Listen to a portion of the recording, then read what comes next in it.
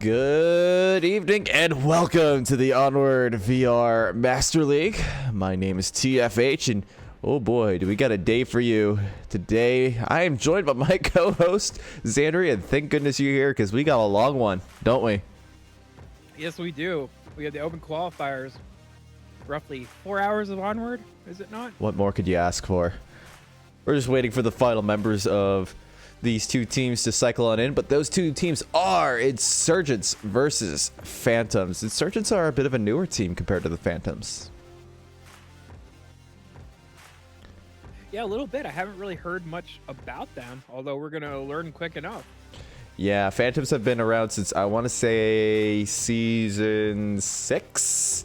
But Insurgents are also a pretty experienced team. They got people like the likes of Section 1 and John CZ who have both served time on teams previous. Oh man, it's gonna be a long day at this rate.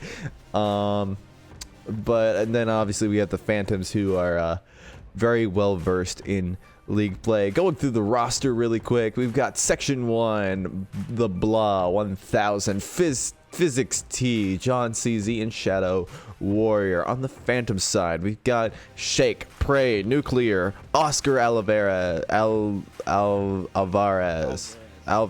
Oscar Alvarez, yes. And then we got Sat Brannigan. So, and then our first map, as you can see there, it's going to be Downfall. What do you think about these two teams on a Downfall map, Sam? Well, I mean, you know, Downfall typically it's a little bit bigger. It's a lot slower. You got to watch those approach angles, you know, and try to find that approach that they can't see you. And then on defense, you got to like cover the angles that they have to cross to get to the objective. You know, rather than having that quick reaction time and that snap, it's more about being sneaky sometimes. So much different than you may or may not be used to. Yeah, and we're going to start off with a pretty tricky objective. It's going to be Helicopter Bungalow. It'd definitely be a way to start off this whole day. Personally, I'm kind of glad we're getting the larger maps out of the way because casting's hard. It takes a lot. Yeah, we make it look easy, but it's not. No, we try to make it look easy, but it is a very enduring event just to do one game, but let alone an entire wild card is definitely going to be a challenge for us, but we're doing it because we love doing it and we love showing off good Onward action. So definitely plenty of that to come as we go around searching for the matches that we want to showcase in all this. Quick shout out before we begin our game though, we have a lot of sponsors this time. We got Pro2 VR, VR Cover, Rebuff Reality, and Fixed Gaming. And yeah, they don't show Arma on this one, so I guess we don't mention them, but they do our merch, so you can definitely go check their website out on the Onward VR Master League website.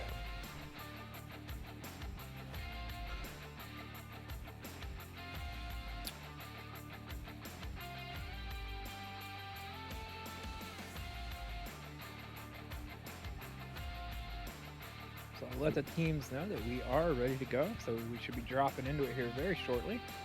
Yeah, hopefully we can get our action underway here very soon. We do have all 10 members in the lobby right now, so hopefully we won't have to wait too much longer.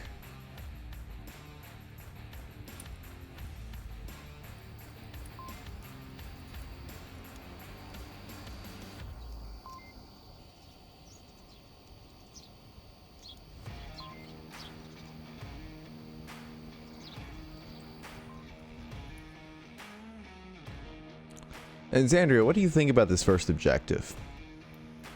I think it's definitely one of the harder objectives as there's not a lot of cover once you get there, nor is there a lot of cover on the approach. So this is a very tough one to attack. Yeah, and I think that's just really the theme of Downfall is there's just not much cover. You can easily find yourself pinned in places in a very awkward position, and one of the things that makes Downfall very fun to cast is its capability. You know, you could easily trap members in a place where they don't want to be and go ahead and cap on them. Yeah, you do have that aspect as well. I mean, Because if you do catch somebody, you know, pin them away, then it leaves the objective wide open. Well, we're hopping into round 1 right now, hanging out with the Phantom side of the story. They do have loud tank spawn. For the insurgents, yeah. And that high ground can be really integral at getting a nice little view onto the objective. Looks like they're going to go with a 3-2 split, 3 going up to Marsoc Tower and 2 heading out towards North Hotel. Yeah, those North hotels can also provide such great overwatch of any rotation onto the objective. Insurgents right now are just looking to shut down any rotations that Phantoms may try to pull later on in the game. So I'm assuming we can assume some of that, more of that slow play going on. Yeah, one thing I don't like about heading out to North Hotel is coming down off that hill is like is just like, you know, asking to be killed. It's so exposed, and there's not that much cover, even though that's just the general theme of Downfall. But ISG are just actually choosing to follow your advice, surprisingly, and they're opting to go through the valley, which is probably one of the safer ways to approach here.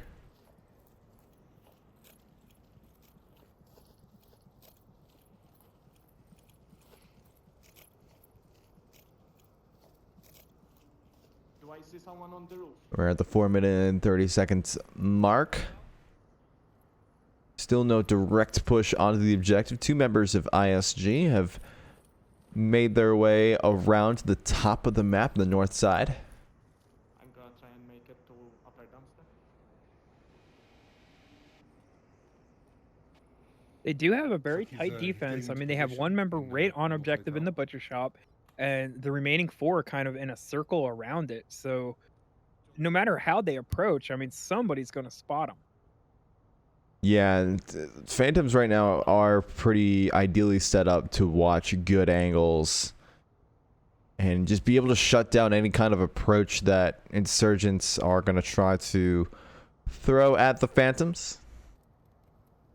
So both these teams are looking pretty set up here in how they're choosing to approach. You know, they're both going to be very methodical about it.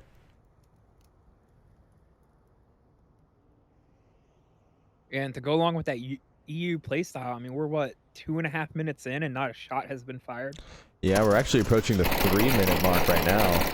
And there you go. Sat Brannigan's the first one to shoot. That G36 rings clear.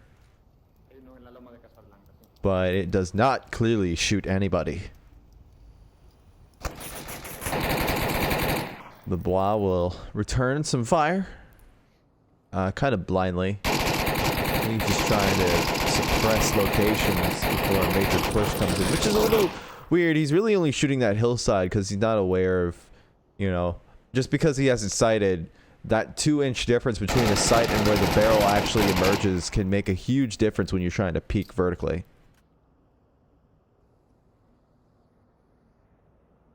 Matter of fact, it's almost better to tilt your gun sideways and peek that way, so that way your sight and your barrel are at the same level. Yeah, that is definitely a thing, and that's a thing in the real world as well, that your sight is sometimes 2 to 3 inches higher than your barrel. The Blah... One in West Bungalow. The Blah identifies one of the Phantoms members. That specific member... Oh! Sat Brannigan finds Physics T. I just call him Fizz. We keep our names below, like, 1 syllable. Snake finds the Blah. This is a great way to start off for the Spanish team. I do believe Phantoms operates out of a V arcade. Technically, but they all have their own setups. Okay. Well, Snake runs out of ammo. That's awkward. So Shadow Warrior right underneath Prey. I'm not sure if he's aware of this or not. And the Blah's he's down but not out, so he can definitely call out where these locations are at. But yeah, Shadow Warrior, like, Prey has been so quiet. Shadow Warrior is not aware. And another factor you have to kind of consider is if he is making callouts, there's a good chance, unless he knows Spanish, Shadow Warrior doesn't know what, you know, Prey is talking about, since, like I said, Phantoms aren't a Spanish team. That language barrier does come into effect, and Snake will find Shadow Warrior on top of the rooftop. Insurgents are now just one member strong. And it is John CZ. He has been identified. Phantoms will take the first round of Downfall. Yeah, with a very strong showing, they didn't lose a single member. No, a very strong defense, and Insurgents definitely knew how to bring the aggression, but Phantoms were just, they were ready for that, honestly. They were just ready, and they were holding such great angles. They weren't rotating in weird ways. The professionalism was definitely there on Phantom's side. Yeah, I'm just looking at our listing here. Phantoms is the 7th seat, and Insurgents is the 14th. So a good wide spread between these two teams in the ranking from the season. Yeah, I almost wonder why Phantoms chose away then, because technically they should be home because they're home. But yeah, it's whatever. Maybe they chose that side. Maybe it's all part of a grand master plan.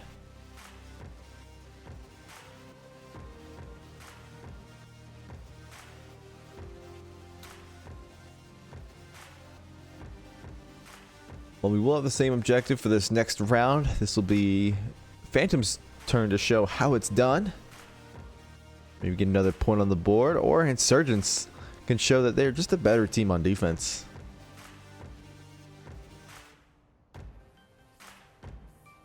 And that's definitely what we want to see. We hate to see a washout. Yeah.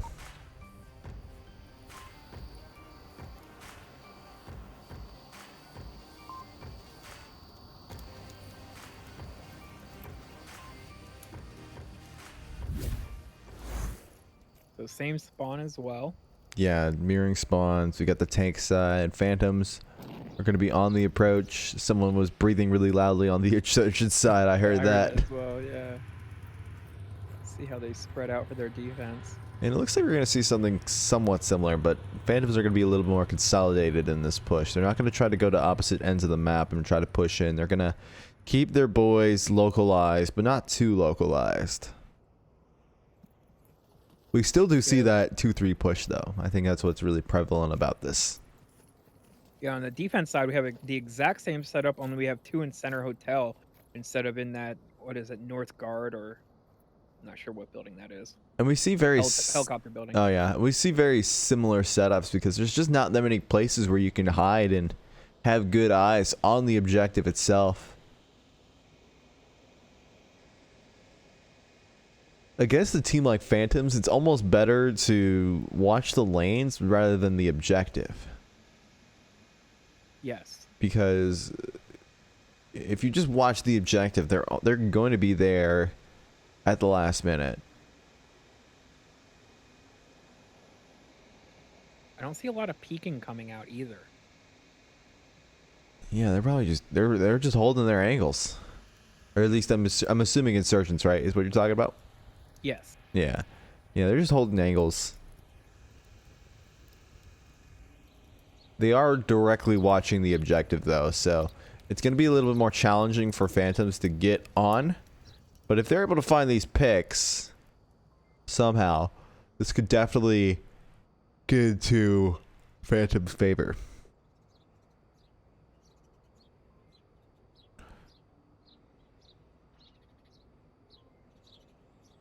Yeah, we're not seeing that wide northern flank like we did last round. Like as you were saying earlier, Phantoms have kind of consolidated their efforts to this valley type approach.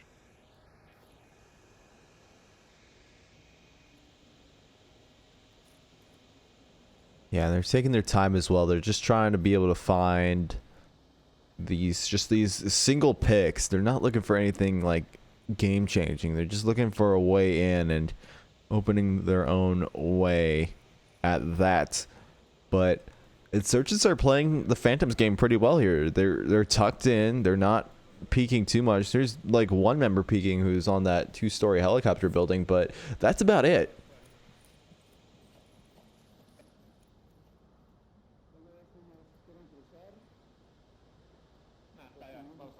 Wow, like 4 members of Phantoms are all in that upper dumpster building. Yeah, they're beginning to rotate down. Shake is able to do that one properly. No call out that time. Another one gets by without being spotted. I think maybe he was, but they just opted to go for the call out instead on the Insurgent side. We're about halfway through the round, still 5v5. Yeah, these teams definitely like to feel it out and then pounce. You don't see a lot of early pick.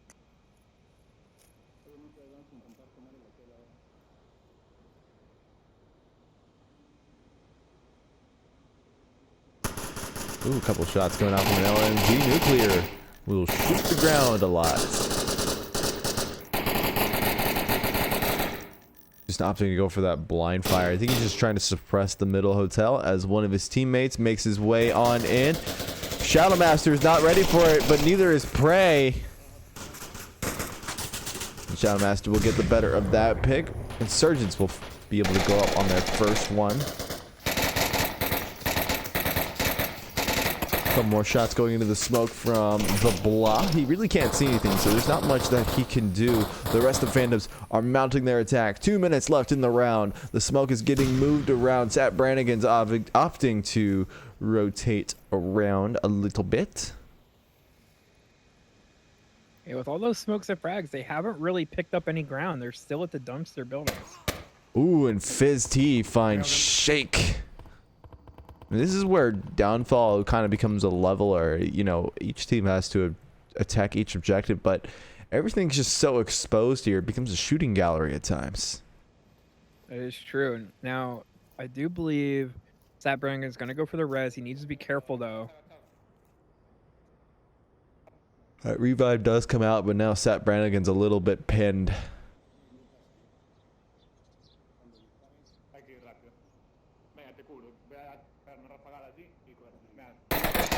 Ooh, the pre-fire is coming out from Shake.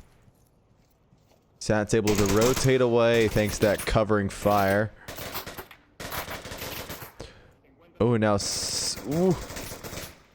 Sat is going to make a very daring rush onto the objective. No, he doesn't see Shadow Warrior again. Shadow bags another with the C4. Phantoms are just blading away. Shake begins to make his approach. He is pinned like a madman. And now he recognizes Shadow Warrior's position, but he's not able to find that pick right off the bat. Insurgents still have yet to be taken out, but So it's all up to Shake. Shake. Oh, he was looking right the Shadow is just right there. Can he find another one? He's gonna trade, but that's all that Insurgents need to be able to get a point on their board. So now we are tied up 1-1. Very nice. This could be a good old back and forther. Yeah, the Volk advantage does ring true here, which I don't think is much of a surprise on Downfall.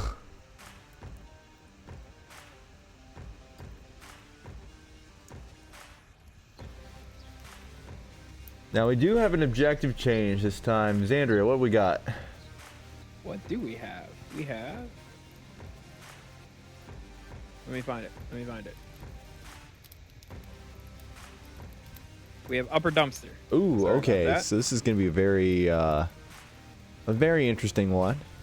Upper dumpster typically gets capped on a lot because there's just some really open capping spots for those who are brave enough to go tablet out right there. Can easily sneak a code in. Yeah, you can kind of prone out here along the wall. You can get inside. You can be kind of out in the open here next to the doorway. Those are really the only 3 main ones. You can kind of sneak up this hill a little bit, but you got to get pretty close.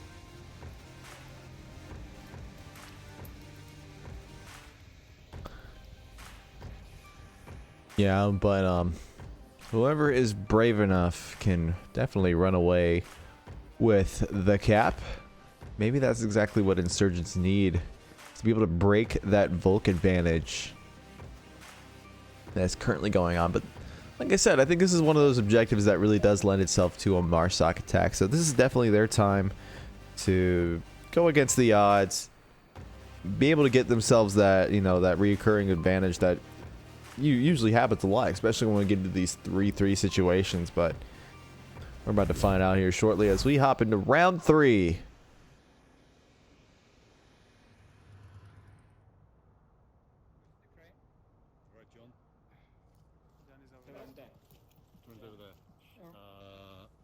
This side. Physics coming. We're going from there. Okay. Okay, go. Let's go. Are we going 3 Seems this like the time? insurgents had a little bit of Yeah, 3. unclearness of the plan. There's a smoke and central. Yeah, Debating over the split. it's not going to happen, Who would go especially where? when you have a newer team and you rule with the heavy fist, is that you got to be with people who are good at listening and good at, you know, understanding and memorizing how to go with a plan. If you got people who are really fluid, you know, plans don't really matter as much. CZ is able to find nuclear. One guy right side of Valley. You know, and that's kind of why I feel like it takes so long for a team to really become a team. Into Valley on the right. Yeah, it does take a lot of meshing, and so you can get that fluidity kind of going in the same direction. While we were talking, we missed a few picks there. It looks like insurgents were able to down 2, and Phantoms got 1 of the insurgents. You are right, I did miss those. Warming up the voice right now, Zan. It's all right. It's early for some of us. I think someone pushed up near central, south central bungalow. The communication's definitely there on Insurgents, and like we said, they're not a new team. They have a lot of experienced players, and so they do know how this game works. Their first round was a little but we're seeing a much stronger Insurgents now.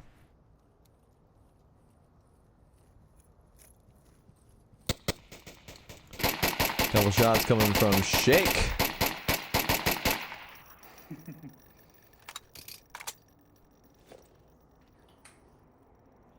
As he identifies one of the insurgents, but Physics T has opted to duck for cover instead of trying to take on Shake 1v1.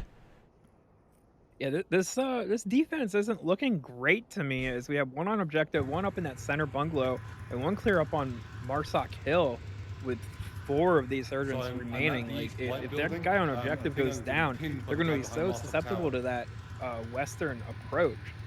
You know, they're going to have to really book it back down the hill to rotate in time. Yeah, now Physics T is...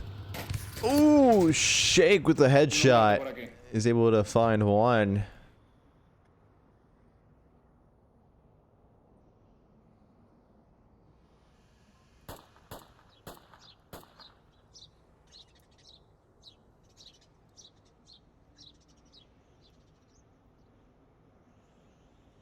Now the Blah and Section moving their way up past the helicopter bungalow. The approach is slow, but that's how insurgents choose to play. At least one of us first. I mean, we either can take center hotel or smoke across to sneak up. I don't know if they're gonna be watching us surely. We want to take center hotel. Yeah, I think we should take center hotel. So I just heard from Blah in Section 1 that they're planning on taking Center Hotel. Should give them a good vantage point onto the objective and the defense. Yeah, Center Hotel is such a crucial building in this approach, especially the one that Section and Blah are doing. It allows for really good views onto the objective, plenty of sights to see, and, you know, 5-star rooms, man. Like, what else could you ask for? You know, I tell you that center bungalow is a tough spot to attack too. If you get a defender up in there, those windows are so dark, you can't see anybody in them. Yeah, it's really tough, and, you know, also having those, what is it, those windows grates in the middle of them really makes it difficult to be able to see into them. You can't really see objects behind them. It kind of adds to the cover. And it's such a powerful spot to be held.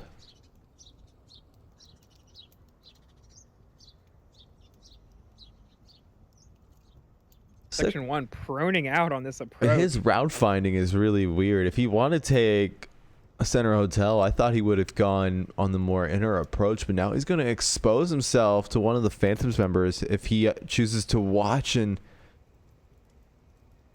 that member of Phantoms, whoever that is Prey. I don't think Section 1's trying to go for a hotel. I think he's trying to go directly for objective. Yeah, I do. It does what it looks like now, but that gets shut down. Yeah. As Prey becomes the predator. I see what you did there. Yeah, thanks. Blas shoots some smokes out. He is one of 2 members remaining on Insurgents. Prey goes for that confirm now. Now, Phantoms have turned it around. They've already lost 2 members in the early round, but they have held their angles, and that Volk advantage is still just holding true right now. With only 29 seconds remaining, man. They got a tall order. Yeah, Blah is going against the timer right now. He recognizes where these positions are, but I don't think he recognizes that he only has 15 seconds remaining on the clock for him to do anything about it. The push is coming in now from John CZ. 8 seconds left. He's memorizing code. He's 5 seconds left. Prey is gonna peek, but he doesn't see it. CZ is on objective, but no, he's not able to enter it in.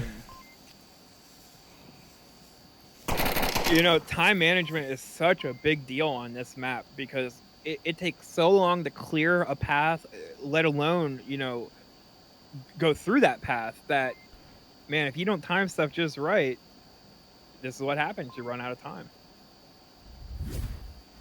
Yeah, and this map is just so big, it's really difficult to do it. It's one of the challenges that, you know, League players have to deal with. And this, like, you saw how easy CZ got onto objective. They didn't have to pick anyone to get there. This was the same layout that they had since the 4-minute mark, and they could have easily had that cap because Prey wasn't watching. You know, I almost think part of their strategy is to wait till the last minute. Probably just to create a little bit of panic in the defense. But it just seems like they didn't time it. They stretched it out a little too far. Yeah, if you're going to take a beginner's approach to this objective, then you got to have your time management down. Otherwise, you're just going to give away free rounds. And that's not what you want to be doing in close matches like these. You want every single point that you can get. And letting the other team go away with a freebie is just not... You know, I always say the second worst way to lose a round is to time. And especially when you have your tablet in your hand. Ugh. Yeah, the cap was definitely a close one, but I just think that because John didn't memorize code while in transit, and just no one was really communicating the time at all on the team to anyone, it definitely was a kind of a bump in the cog for Insurgents.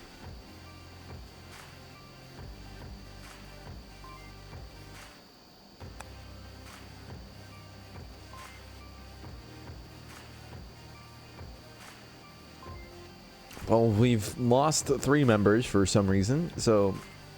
Interesting. Yeah, well, I think they're coming back in now. Maybe there's... Are they cycling? Mid-map? Shadow Warrior, that's a new name, right? No, he was here before. Oh, okay. And they're gone again. Yeah, I wonder what's going on. That's interesting. We're still waiting on 2 members of Phantoms as well. I'm going to throw us to an intermission, give ourselves a little bit of a break, but we'll see you when the action starts up again. Stay tuned for more Phantoms versus Insurgents on Onward Master League 3.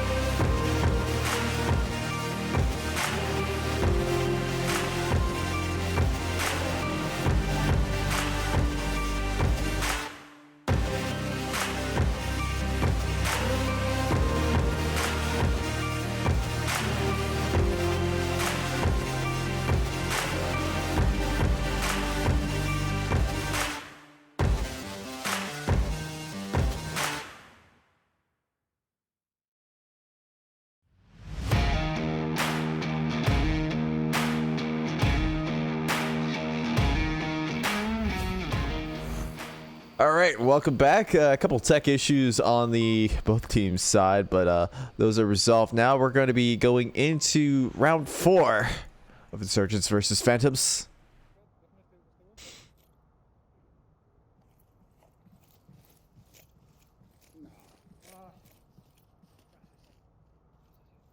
It does seem that the Phantoms have the north spawn. Sorry. Ooh. Oh, and they're going to utilize that Marsoc Hill. Yeah, a lot of shots going off towards Shadow Warrior in the start. He's in a pretty forward position.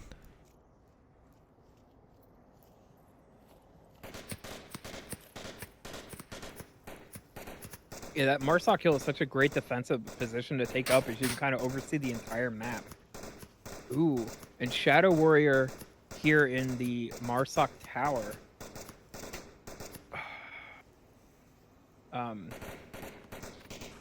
Drop the C4 next to the entrance. Ooh, he's been really good on that C4. I mean, the placement's weird, but like, I can see what he's thinking. Yeah, if somebody comes around that corner, he can just detonate it. Yeah, but if someone's already around Like that corner, where? unless he's hiding, like, he has to be hiding if he wants that to work. Otherwise, that line of sight's directly on him. C4 is really great on non-line of sight approaches.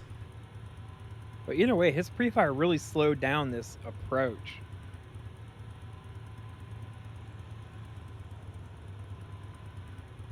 Not that you can really tell, as these teams have been playing quite slow.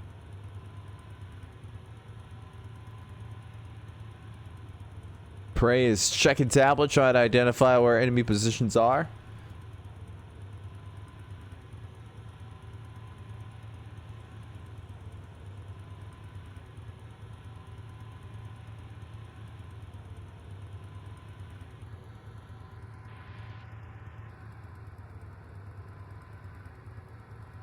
Well, he can just feel that there's somebody up there. I mean, he knows they're there. Ooh, Fisty and Oscar. He finds Oscar. But it's only a down, so Oscar could still give out those juicy call-outs, which we'll never be able to understand since I don't speak Spanish. Maybe, I think you mentioned that there's a little dog in chat. Maybe they can help us out.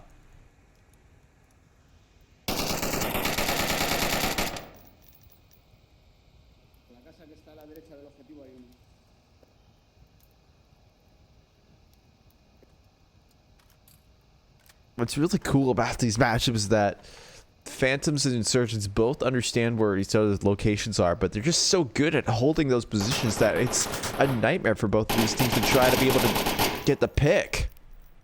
Yeah, I almost feel like right now, Phantom's doing a little bit of pre-fire, trying to get Insurgents to kind of peek out so they can pick them off, but it's just not working. Yeah, it's a little bit challenging when both teams just hang out and duck down. Oh, there's where Oscar's at.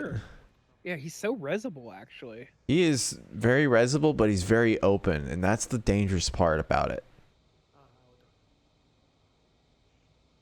He can call out to like Sat or something that it's clear, and he could try to make that approach. And I think he sees something though. I think Oscar recognizes. So, yeah, Prey is on the hunt. Like he knows there's somebody up here in these towers. He's just trying to find out where. Yeah, he's just trying to suppress them right now. Sat Brannigan, I think he recognizes where Oscar's at, but he's just a little bit nervous about the positioning. Maybe Oscar has told him not to res, but it looks like he's going to go for the res anyway, so this will be very key for Phantoms to go up to a 5-man squad as we go down into the final minutes of the round. 1 minute and 45 seconds specifically remaining now. Smokes come out. Not a lot of time. No, it is Prey not. Right now on that C4. Oh, it doesn't go off in time. It turns into a trade. Yeah. And it's an awkward moment when both teams are down. And all they can do is just talk to each other. The res comes out onto Sat Brannigan, so Phantom. Only Only a minute 16 remaining, man. These teams have to hustle. Or did Oscar? Well, where is Oscar? Oh, Oscar died. He bled out.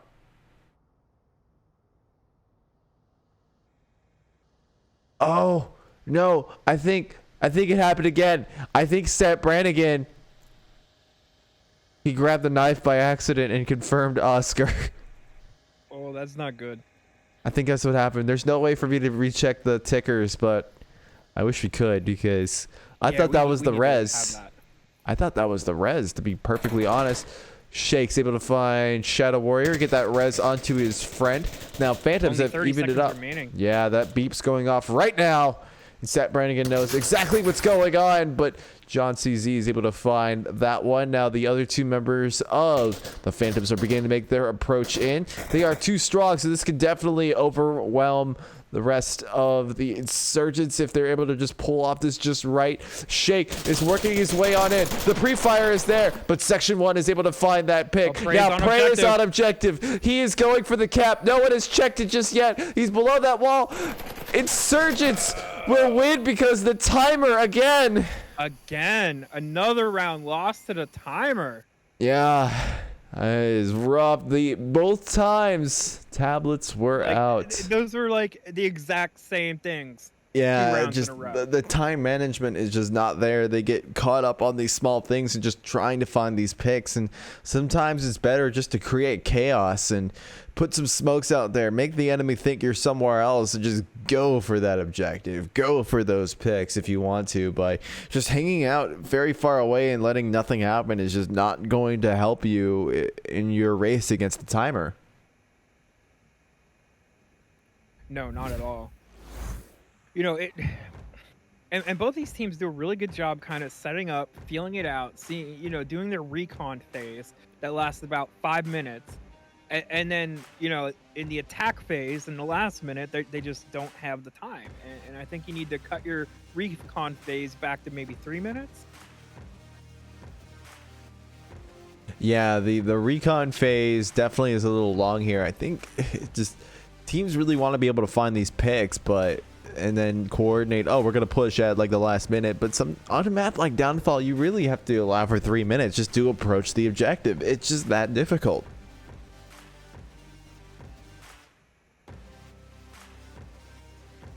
You know, especially when you're a quarter of the map away from the objective. If you're like one building away, okay, yeah, the minute you can make it, but not from those kind of distances. No, and the on-objective defense is just not strong on either teams. They both almost allowed a cap to go through, but we're going to go into the next round now. Not worry about that too much. We got another hard one to defend. It's going to be the Helicopter 2 story. Yeah, and this one, a lot of times we see people stacked up in the basement because that's kind of almost become a meta, is to attack it from the basement. So let's see what Phantoms do here. I think it's been a very well-established meta for a very long time, but it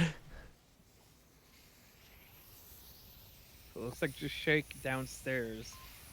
Yeah, it looks like that. Oscar getting a little bit pushy here. Ooh, he spotted. He is a dodgeball master as he's able to make it in without taking some lead to the heel.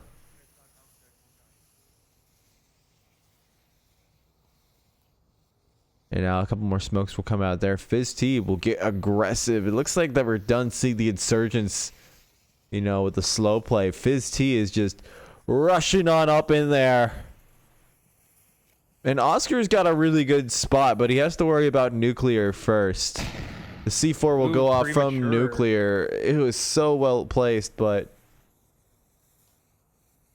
the timing was not right. Now Fizz T is going to be caught up. Oh, he dodges the bullets from Oscar.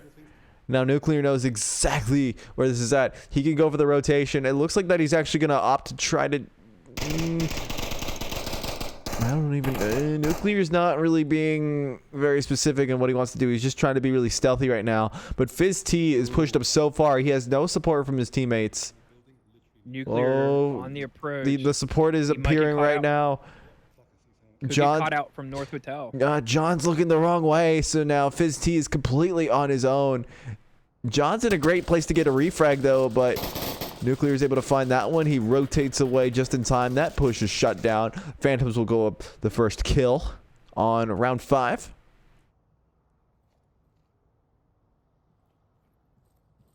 So we do have this entire valley approach still alive and well. Yeah, that's basically all they've got to work off of. John CZ can definitely start suppressing and negating rotations, but it might be better for him to start peeking later in the game when his rest of his team is there if they're going to try to opt to go that way.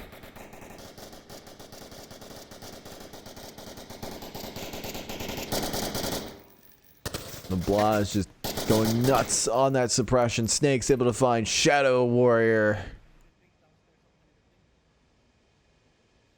Warrior of the Shadows. Snake's able to get that confirm in as well. The Blah is just... he really doesn't like that wall.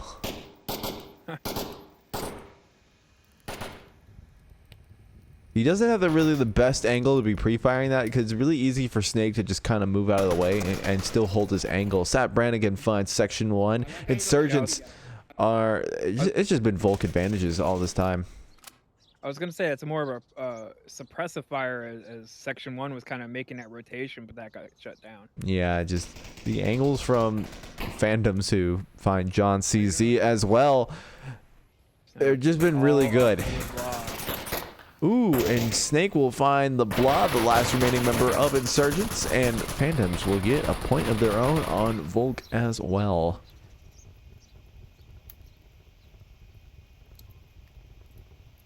Yeah, they kind of made it up to the dumpster buildings and it just like stalled out. I mean, they just got picked off one by one. They just were not able to penetrate that defense.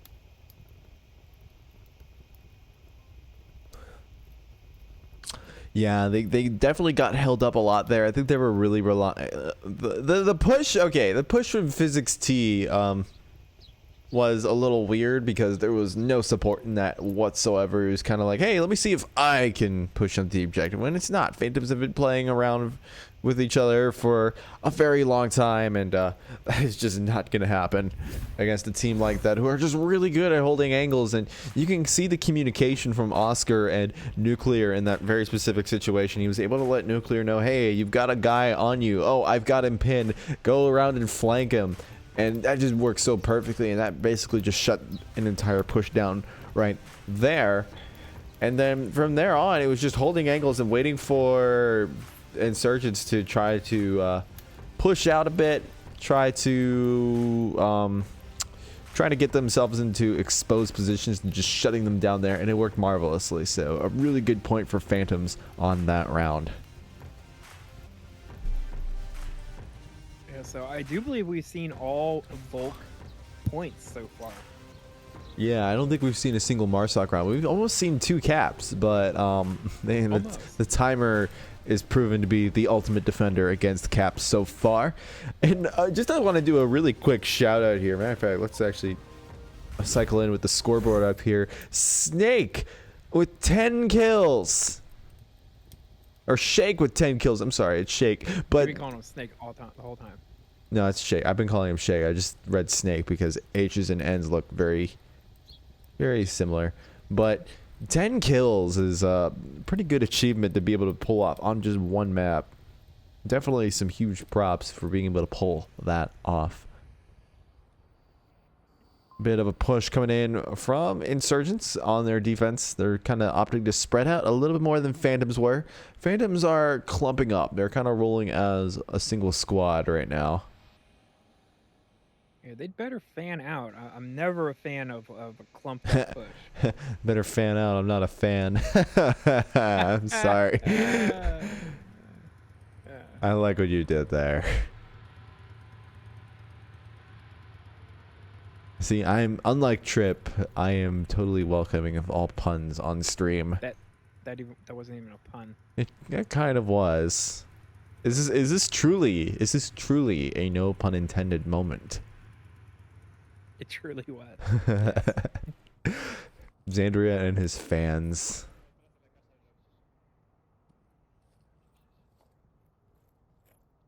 Well, we're seeing like a 5-man push.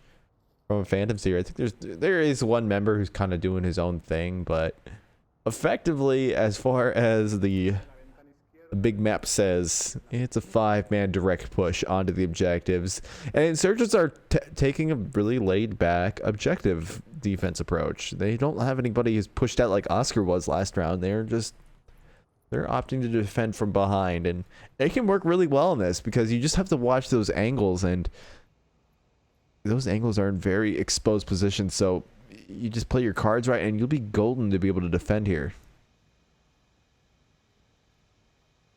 And ooh, Oscar and Nuclear are just crouching their way around. The big mistake we see from teams that like to play it slow is they crouch through very exposed positions, and that is just not what you want to be doing. No. Because that maximizes the amount of time that the enemy team can see you on a very exposed rotation. You just want to be able to rush across and hold an angle. We can talk about beginners being, you know, the pinnacle of slow play, but they don't crouch their way across the map. They hold really good positions for a long time, and then they rush to the next position, and they hold it for a long time, then they rush, but they don't crouch across during rotations. That is just not what you want to be doing. You want to be very quick on that. You want to minimize the amount of time that you are visible to the enemy.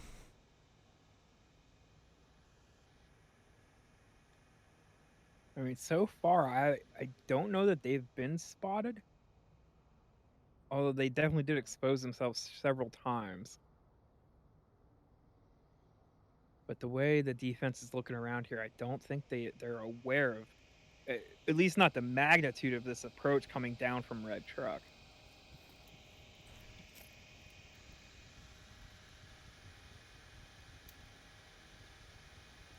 But I don't think they're really worried about the push right now. They're waiting for them to get closer. Yeah, they're just waiting for them to cross their sight lines, and then they'll bring in the punishment. But oh man, Phantoms are just clumped up right now. One good nade. It's all insurgents need. Or an RPG. Yeah, RPGs are legal on this map. Because gun laws apply in Onward. Yes.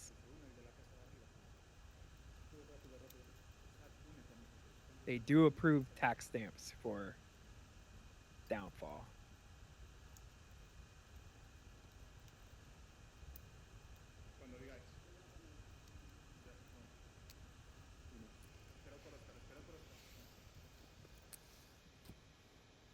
All right, 2 minutes remaining. Smokes are coming out. See what happens. Oh, and a nice smoke covering this northern building. A lot of smoke or pre-fire coming out from the block. He only has an AK, so he definitely can't. Oh, Nuclear is working his way onto the objective. Shake's there as well. Nuclear is on objective. The nade comes out. It won't be able to find it. Oh, he's rotating back into its line of sight. He'll be taken down by that. Shake is on objective. He is battling it out with John CZ, but he gets taken down. Insurgents. Oh, boy, just as fast as they got there, they all got eliminated. Wow, a very nice defense from Insurgents. They kind of kept their cool there. It was going so wrong for them, but they were able to just turn that around. That nade to start off with was so good. If Nuclear was able to find a way around to the backside, he definitely would have been in a much better position to get the cap in. But now we are into a 3-3 on the first map of the wild card. It's a good way to start it off, eh? Hey, yeah, it all comes down to this, and Phantoms will have the Volk advantage for this one. Round 7, we have the lower dumpster objective. Ooh, that's a pretty crazy one. A lot of capping spots available to Insurgents, so it's probably one of the more Marsoc biased objectives on this. I still want to say it has a little bit of a bulk bias, but if you know your way around an objective pretty well, you'll be able to get in there pretty quickly and do some work.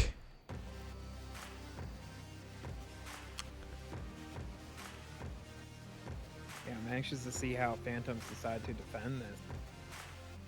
Well, we do have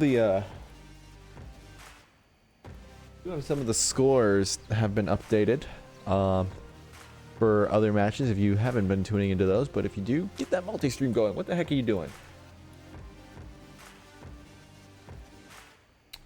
And so current score lines right now, Blaze versus Lords of War. Blaze are victorious in that, 4-1.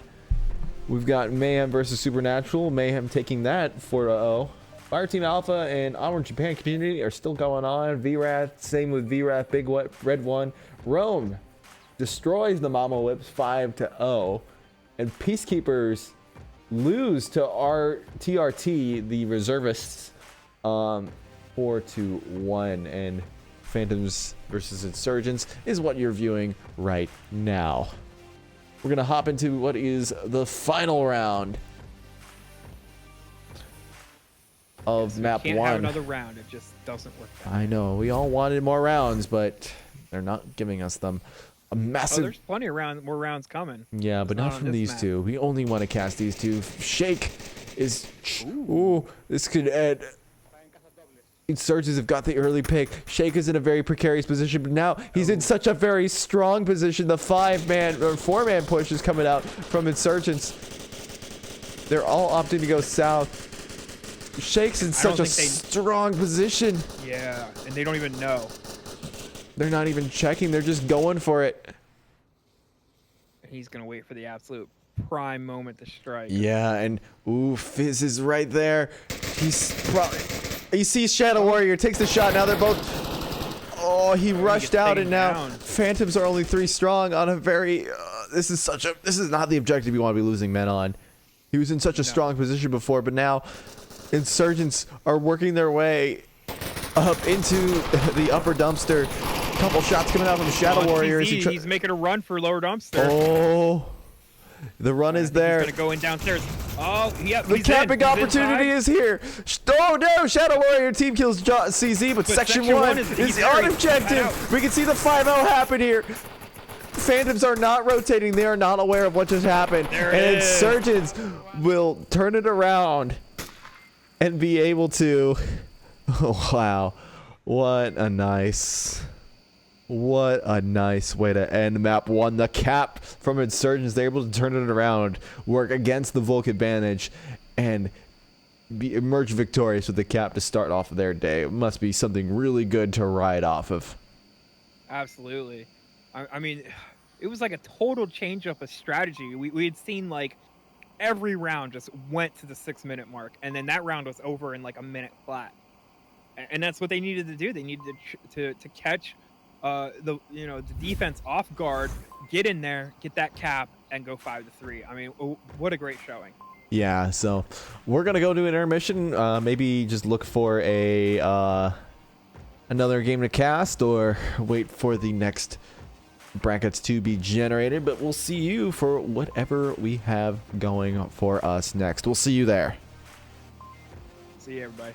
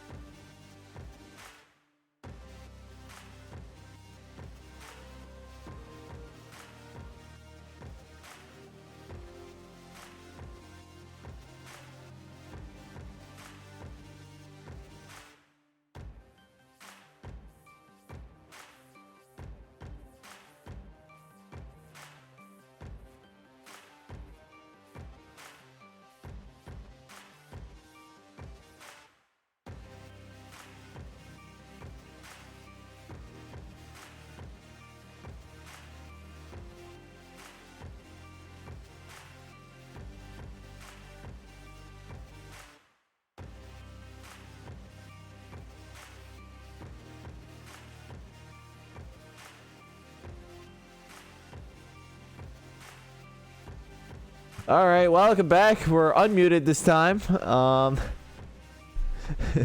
Getting used to the new deck can be a little tricky at times, but we're doing Lords of War versus Fireteam Alpha next on Cargo. Just going through the rosters really quick again, but this time y'all can hear me. We got Gonzo Dad, Rypick Ryan, Hangman, Feed Metal, and Gunram 987.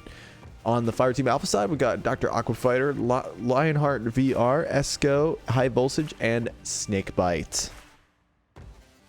Xandria, you already gave me your predictions, but can you tell them again for the audience? Yes. So, I mean, Fireteam Alpha has really been bringing it this season.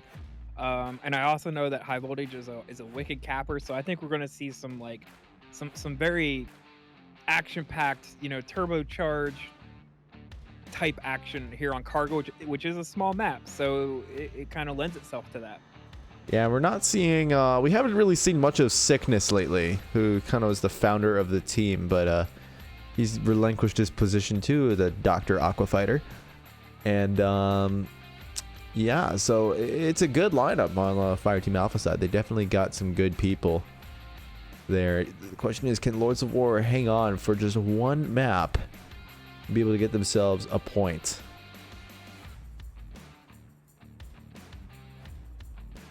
Looking here, so yes, Fireteam Alpha lost to the Japan team. Really? They did 2-4. Wow. So there's some strong stuff coming out of Japan. yeah, definitely. I wouldn't be surprised if OJC could potentially work their way through and maybe take bracket A. But we'll be hopping in.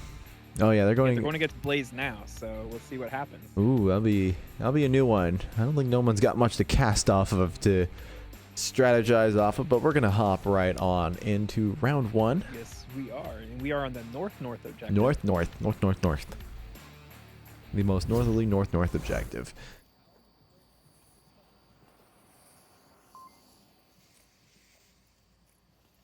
Let's see what happens here. A lot of pre-fire going off there as Gunrama and crew try to be able to find some early pick. A nice push up from Gonzo Dad. That's where Dad went. Oh, he's going to try to find Snakebite, but Snakebite's moved in. Now Hangman's right there. Snakebite's able to find that pick, and Esco's able to find that one. Lords of War now 3 strong. Fireteam Alpha still 5. We're only 30 seconds in. Gunrama is kind of pinned. It might be able to see. Oh, Snakebite finds Feed Metal. Now it's all up to 2 members of the Lords of War. Esco is just able to get that pick. And now Gunrama is able to find Rypick Ryan. Fireteam Alpha will go up the first point. I mean, that was what, about a 45-second round? Yeah, it wasn't too To long. process in a very short amount of time. I almost feel like Lords of War kind of fed them in there a little bit too sporadically. They didn't really take their time to feel out the defense, and Fireteam Alpha was just able to kind of sit and wait, and every time somebody shot, they just rotated in and got them from where they weren't looking. So, yeah, they're really good at peeking, and so I'm not surprised that Fireteam Alpha definitely just hung back, waited for Lords of War to push on in. There were a lot of opportunities for Lords of War to get picks, but they were just not able to get those sight lines on, and there wasn't that much utility being used either, so definitely some stuff for Lords to improve on if they want to be able to kind of take it to Fireteam Alpha. I mean, there was a good bit of utility being used. I just don't think any of it was really used that effectively. Yeah, it's all about the placement as well, so being able to know how to throw your nades and where to throw them so you can get into these really key spots is just so important. And yeah, basically that's just the name of the game on Cargo, is how you use your utility effectively. Like, the one who can use it the best will definitely have the best advantage going into it.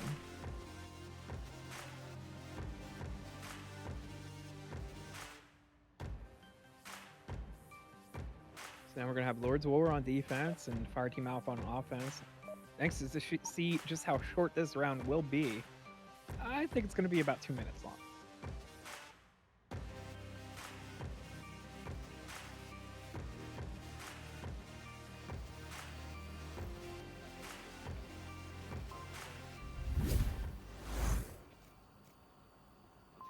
Yeah, hanging out with the Lords of War off the spawn. They're going to set up their defense.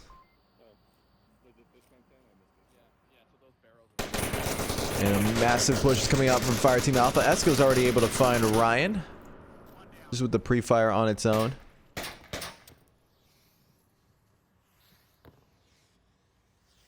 Now some smokes will come out. A bit of a pause at the midpoint, but Snakebite's going to pierce through that along with high voltage. Esco's going to be able to find Gunrama as well. That's only a down, so Gunrama can go for that res or just go for callouts. Feed Metal's able to find high voltage with a nice little nade, and Hangman's able to find Snakebite. Feed Metal does get the revive as well. Lords of War are now back up to 4 strong. Fireteam Alpha are 3, but the res comes out from Dr. Aquafighter, now bringing it back up to a 4v4. 5:15 left on the clock here. Gunrama or Gonzo and Aqua will trade. Feed Metal will be able to find high voltage. Lords of War. Oh, the pick from Esco is able to find Gunrama and Feed Metal. Esco is now on objective. No one's rotated back. The cap is coming out. Wow. Oh, he's got this.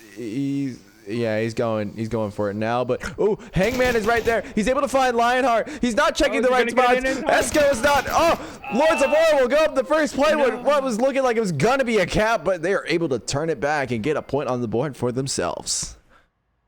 Man, he must have fumbled the code just a little bit there, because I mean he was on objective for a while. It is, yeah. That the code can be a little challenging at times, and so probably wasn't his favorite set of numbers at all. Especially if you're a tad dyslexic like myself. Yeah, me too. And it gets me at times, so sometimes it takes me like 10 seconds to get the send button in, but who knows? Sometimes the stars just align and the rest is history, but currently a tied up scoreline. It's not so much about speed as just having rock solid hands to just hit those buttons, man. Yeah, just I mean I have teammates who can cap within like 3 seconds, and then there's me who takes like 10. So it's a little bit of a challenge at times. And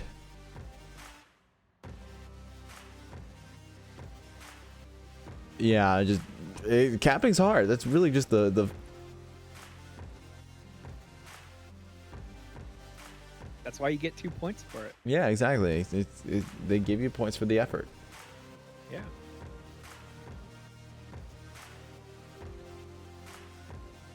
All right. So going into the 3rd round, we got the southeast objective, also known as the propane tank objective. Yeah, propane nightmares.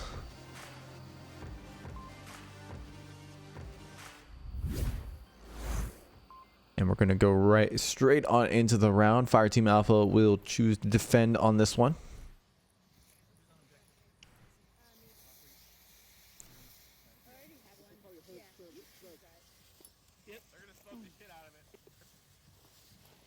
Lots of smokes going off at the start. Plenty of pre-fire to back that up. Esco and Snakebite will try to find picks as they try to make their way across, but Gunrama is able to find Snakebite right off the back. A very crucial pick for the Lords of War to start off their round. High Voltage is able to find a C4 on a Hangman, but Hangman can still get that call out. He's going to opt to go for Molotov to shut that lane down. He's able to find Gonzo and Hangman now. Lords of War are just 2. Fireteam Alpha are 4. A bit of a chaotic start, although things have settled down a tad bit now, leaving us at a 2v4 in favor of Fireteam Alpha.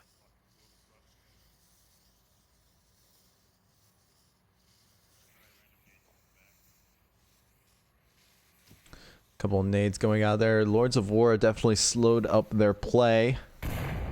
Nade goes out onto objective, remarkably well placed, but no one was there to receive it.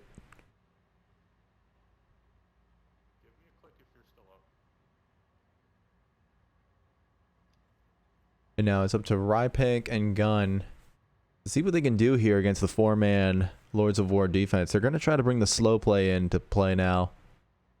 Yeah, I think if they can pop up, get a few picks, thin out Fireteam Alpha, you know, they have a chance at winning the round.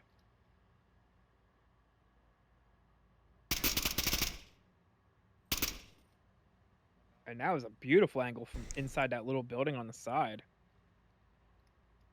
Rypick does find Esco. Yeah, that angle is definitely very key.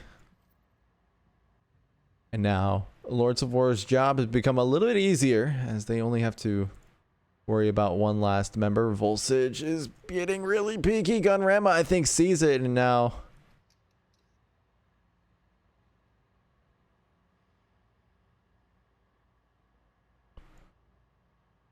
Ooh, wow, there's the slow play suddenly coming out of Lords of War. I think it's caught Fireteam Alpha by a bit of surprise here. They were expecting that really fast play, but just the change up is just so monumental. Yeah, absolutely. I mean, it's really quiet on the battlefield right now. We have high voltage kind of bouncing around here. And he doesn't really know where they are. Well, now he does. Voltage is able to find Gunrama though. Now is all up to Rypick to be able to do something about it. Lionheart is locked in on the positioning. Oh, but he's not able to get that peak right off the bat. Lionheart will clean that up, and Fireteam Alpha will go up a second point.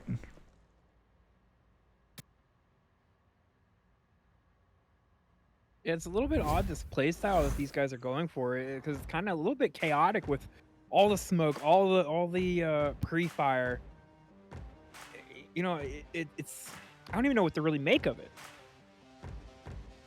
Yeah, there's a lot of change-ups going on in the play style here. We saw a very aggressive push out of Lords of War, and then they changed to be a lot slower. There were some good picks there, but it just wasn't enough to be able to shift the lead back into their favor. Fireteam Alpha were able to ride off of that velocity that they had. The biggest note here is that I think Fireteam Alpha are just really good at playing to the aggressive play style, but they are really peaky, and so if you're able to just hold an angle just right, you'll be fine.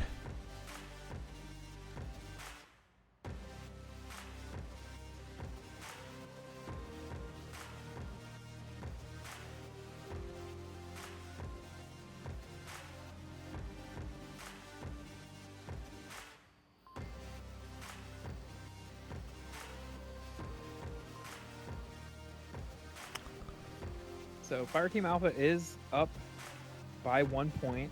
I wonder if they'll be able to ride that momentum and just mow over Lords of War. It's certainly a possibility. Fireteam Alpha have been putting up a really good fight. And obviously, when you got players like Snakebite and Lionheart, you know, you're going to have a really good squad going for you.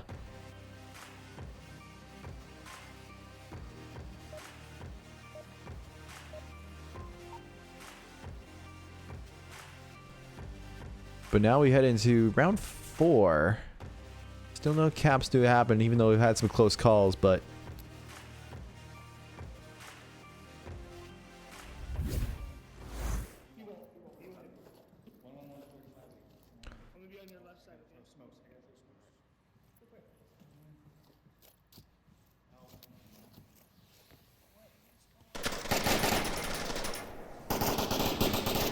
Aqua is pushing up along with Snakebite to start off the round. Lots of smokes going out.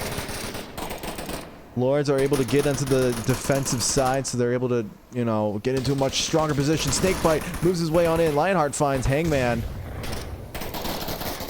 And Snakebite finds Gunrama, but he'll get shut down by Feed Metal. Now, Feed Metal's in a perfect line to be able to find all 3 of these Lords of War. Oh, but Feed Metal gets taken down by Esco and High Voltage. Now we're into a 2v4. Smokes going out on objective. High Voltage able to find Gunzadad. Esco's able to find Hangman. Now it's all up to one member to defend here, and that is Rypick. But he'll be taken down, and High Voltage will not have the capping opportunity. Fireteam Alpha go up 3-1. Yeah, definitely on a team like Fireteam Alpha, you know, you have to either just kill them. I mean, I guess that's the only option, right? When you're defending is to kill them all. But if you look the wrong way on objective, they're going to cap on you. Like that's their biggest strategies. Get to objective, get the code in, or kill everybody trying. Yeah, just the way that they approach the objective with just the sheer aggression is working pretty well against the Lords of War.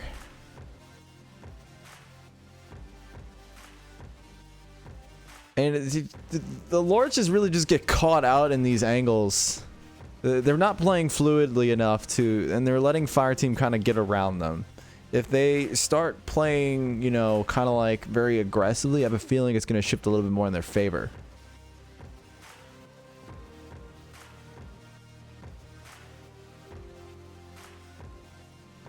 Well, Fireteam Alpha are now on match point. They just need one more. Lords of War are looking to get a point of their own. Yeah, I mean, Fireteam Alpha has been a little bit repetitive in their play style. You know, if Lords of War can adjust to that and come up with a plan and a strategy, they could slow down Fireteam Alpha. Yeah, the potential is definitely there. Fireteam Alpha, definitely a team of habits. If anyone's ever watched any of their casts, they know that they like to kind of stick to a certain strategy, so they can be a little bit predictable at times. But if the question is, did Lords of War do that research beforehand? I mean, it's not even about research beforehand. I mean, just while you're in it. Yeah. My favorite gun in the game, so let's go. Where's Hank? My least favorite. I'm gonna push with you. Gotta remember to hold my soft roller. Leave it. Leave it. Leave it.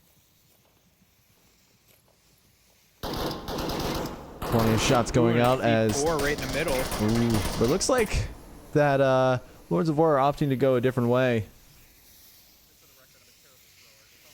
Ooh, Snakebite. Hangman's able to find Snakebite. He tries to go for a second one, but that gets taken down immediately. The nade almost confirms Snakebite, but Aqua will be able to get that res. Some more nades will come out, but Lords of War are down one member, so is Fireteam Alpha. The res can come out. Feed Metal will get his res on, so now we're into a 4v4. I think they spotted that C4 on the floor there. They kind of looked like they were going to go down the middle, but opted not to.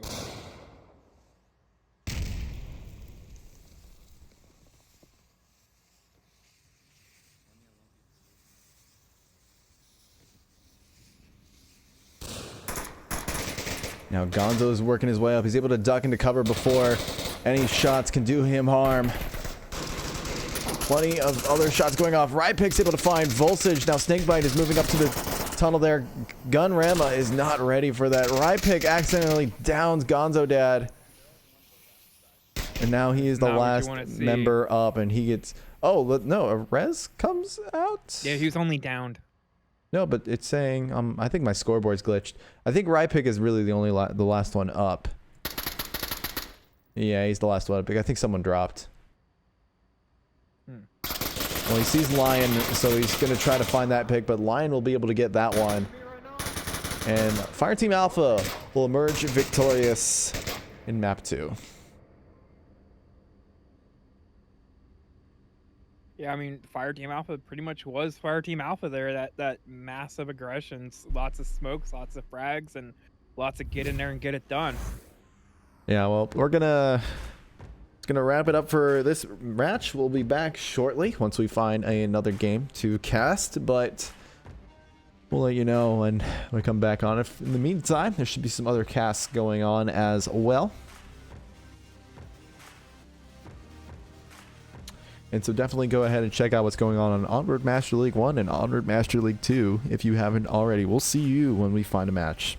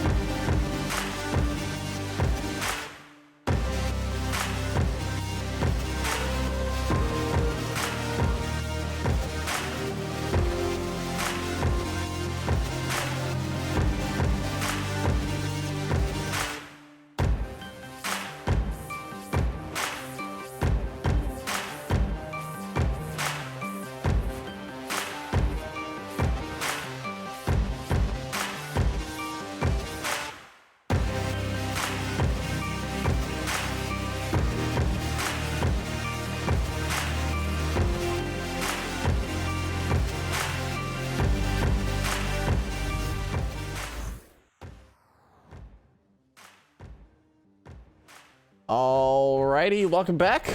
We are back on in it here. We got the Mama Whips versus Mayhem. I don't even know if we have a logo in the Mama Whips thing here, unless I spelt it wrong. But I am joined not only by Xandria this time, but by the lovely ctrl-flirt-del. How you doing? Doing great, thank you. This is it's been really fun. The cargo one was like blink and you miss it. So Yeah. let's see how quarantine does for us here. It's a very different map. It's a very it's a more spread out map, so the action's all over the place, but that's just how we like it. On the Mama Whip side, we've got Barsville, Caltrop, Wrecker, Kagi, Bolus Spill, Buxton. And on Mayhem's side, we've got James Boke, Potato Bot, Defilade, Wookie, and Technic. So good lineups on both sides. A lot of veteran players all around, and I think we're in for a good match. You know, I don't think I've ever seen Buxton play.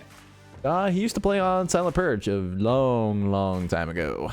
He used to be the captain of Silent Purge, actually, a long time ago. So definitely some veteran players here. We're just gonna jump right on into it. Screw their logo.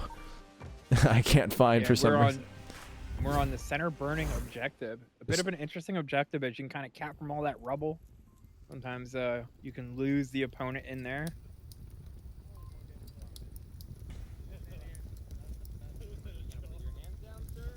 Yeah, and hanging out with a lot of jocular gunplay going on spawn. Mama Whips will have Crater spawn to start off with.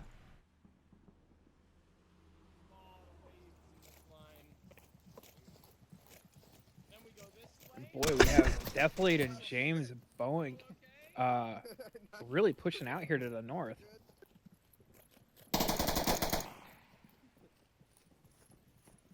You might be able to get a few early picks here. Ooh, yeah, that positioning is really good, but Mama Whips have just been.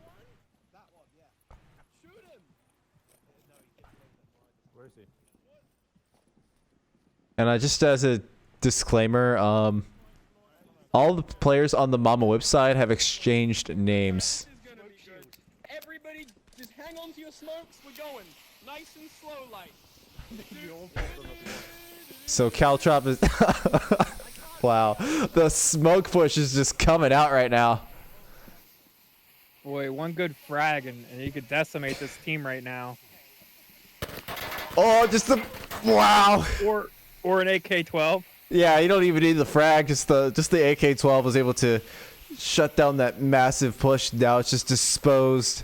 Smokes all over the place. Caltrop dodges a nade.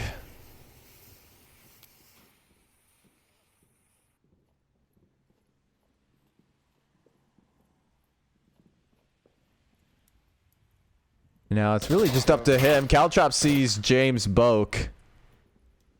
Yeah, all we have left is Caltrop and Rika against all 5 of Mayhem. -1. Scratch that. It's all up to Caltrop. Yeah, it's all up to Paltrow. Not Paltrow. It's Caltrop and James Boke. We'll be able to find that one pretty easily. That was well, I was gonna say that was a great round because Mayhem got a point on the board. Interesting with Mama Whips, they all smoked it out.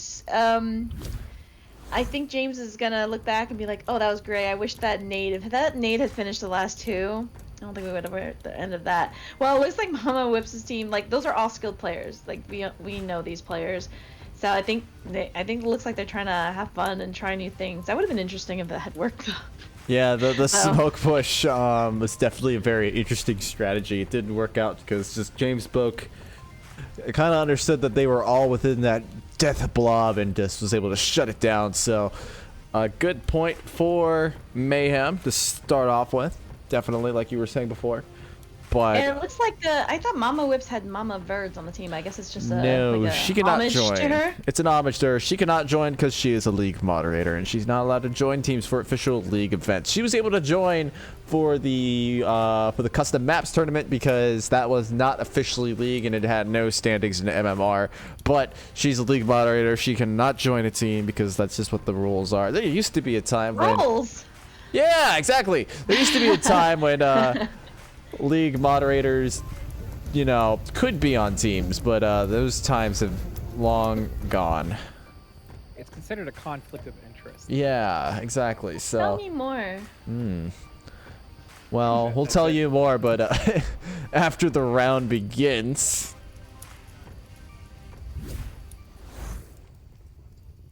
So let's see if they're as equally memey in their defense as they were their offense. We need to. It's a little harder to meme on defense. You don't. know. No, You yeah. strap a C4 to your chest. That's pretty memey. That's pretty memey, but it's not nothing like out there though. That's the important part. Stack up in center burning. Wow. There you go. There There this it is. lead strats right here. Guys, can we just start working together a little bit more as a team? Caltrop cracks me up. Now Mayhem are actually trying over here.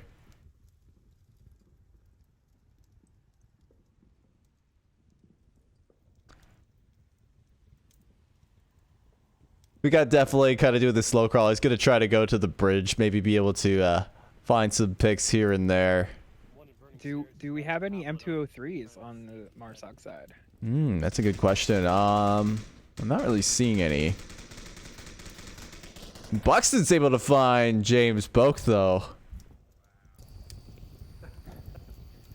Oh, we do. Wookie has an M203. Oh, we do? Okay. I'm not surprised about Wookie carrying that.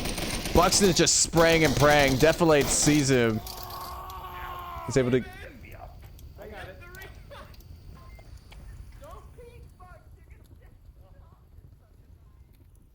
There's some really So- good sniping coming out from Defilade there.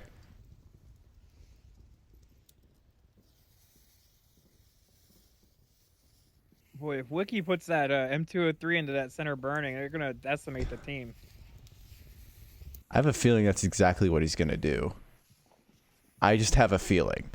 He does have the option to rotate around to the rooftop and try to work something from there, but I'm pretty sure Mayhem are pretty aware of the meme strat that's going on right now. Technic's able to find Buxton for good this time. Yeah, I mean, surely the teams wouldn't expect the entire team being in that center building, so they are being cautious as they do approach.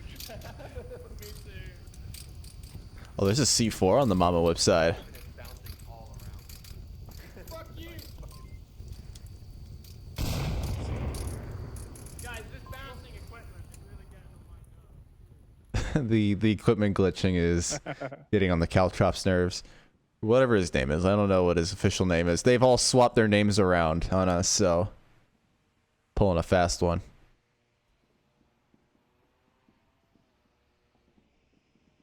And Wookie is opting, like I said, he's chosen to go onto the north side. He's going rooftop side.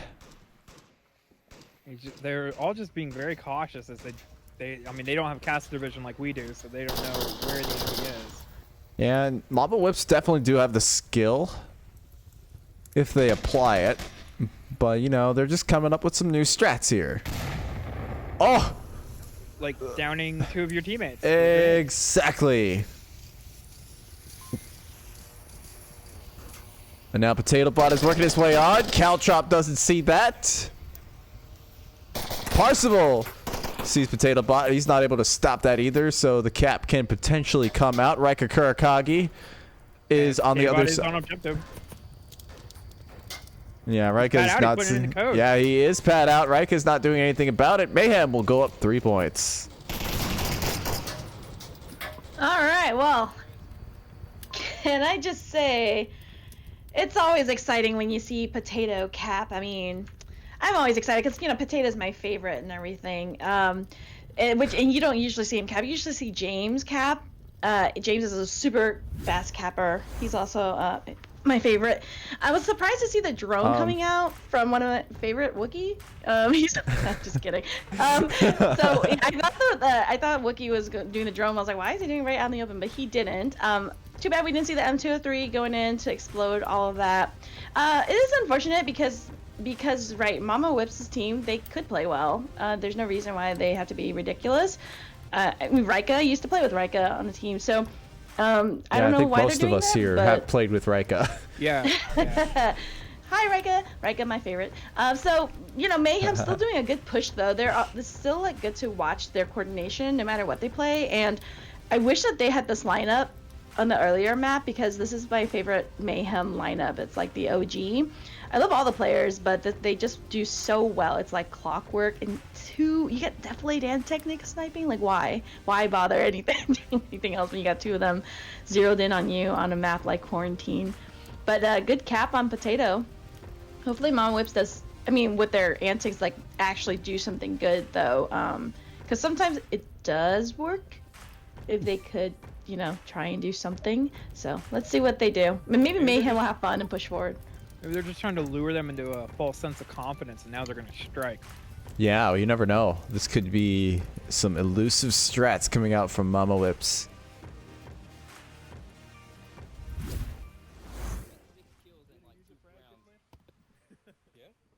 From a grenade.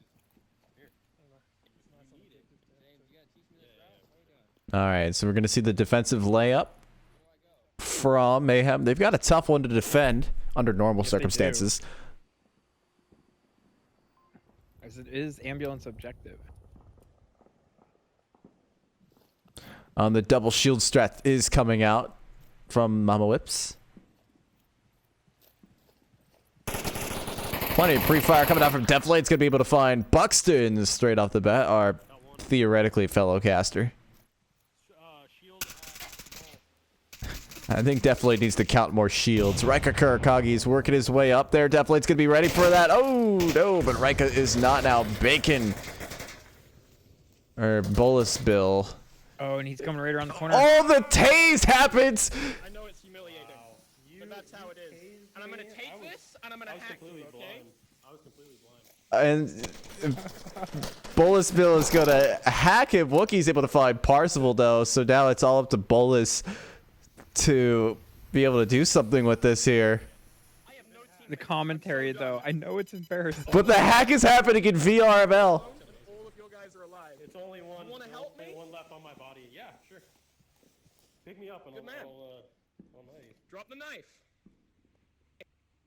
Oh, you don't have one. All right, good. So I'm still there's alive. one next like to over them. there. Just stand still for a sec. Just hang on. Let's see if I'm just watching this. This is weird. Yeah, I don't even know what to say right now. This is ridiculous. That is clearly Caltrop named Bolus Bill. I think this has become a VRML game of hostage. Your body shield. Move. No, out. Come on. Out you come. What? Bitch. Ooh, and we have Wookie approaching with a shield. All right, he's on plane mode. What a way to end it. C4. And Wookie does what he does best, is his C4. Well, it was good to see the Mayhem guys laugh about that round. Can I say that I've totally have been wanting to see that play. The one where you hack them, which a lot of people don't know, actually. I mean, maybe people in pub lobbies or something, but yeah, you can hack them with the taser, which is like something I always try to do with if I ever have to play shield, because it's like I'm not gonna do well with the shield anyway. I want to try and see if I can tase anybody, and yeah, you can hack the tablet, which I don't think he used his advantage anyway. I think he just wanted to take Deflate, who I understand because Deflate's my favorite, so I can totally see why he would want to do that. But that was great how they came in and Wookie was like, okay, I got a shield. All right, I'm just gonna do it. And that C4 looked perfect. I mean, it was great. Yeah, it was definitely a very interesting strategy coming out from Mama Whips, taking one of the Mayhem members hostage and using that to try to negotiate terms. But clearly Mayhem weren't all about, they don't negotiate with terrorists, I think. So it didn't work out too well for the Mama Whips, but it was really cool being able to see all that good strategy coming out there. We're going to take a break while we look for another match to bring you guys, maybe a little bit more serious this time, but we'll see you on the other side.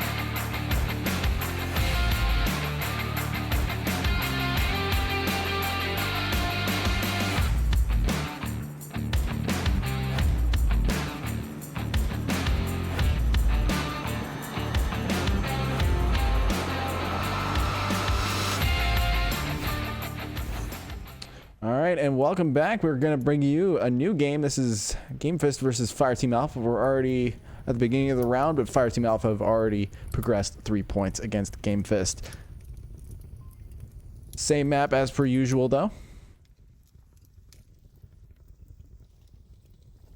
Yeah, it looks like they're going with like a 2-3 split, 2 up the middle and 3 up around to the north. Looks like we are on the gas station. No, not gas station objective. The burning. What is this? The west burning building objective. Yeah, so this is going to be a good one from Fireteam Alpha to try to get a cap in, maybe get 5 points. They've had a rough start, so they could use a little bit of a boost.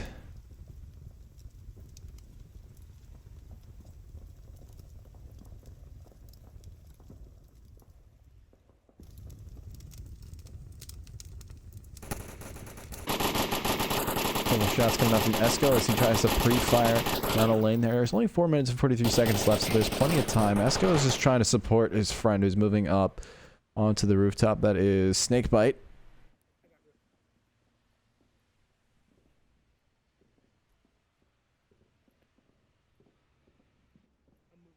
Yeah, kind of a totally different playstyle from what we saw on Cargo, where it was just throw in all your smokes and rush and, you know, be a faster shot. But now they've kind of slowed it down and they're kind of taking in the scenery a little bit. Yeah, and I think they do definitely play a little bit more methodically on this map. They like to try to... Ooh, a couple shots going out there. Sargmass is able to find high voltage. And Aqua will be the lone survivor of that one. A bit of a confirmation aid goes out on that.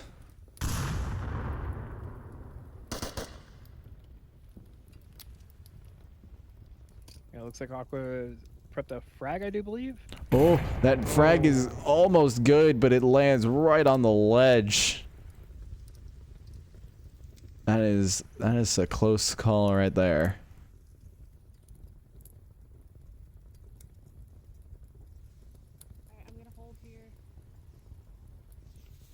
So we do have some smokes coming out from rooftop. That might be enough of a distraction for Aqua to get a pick or two. Yeah. Oh, but she doesn't need to do it. Lionheart is already on that game. Oh, no, I'm sorry. Drunk King finds Lionheart. And now Esco is right there. He's going to be able to find that one pretty easily.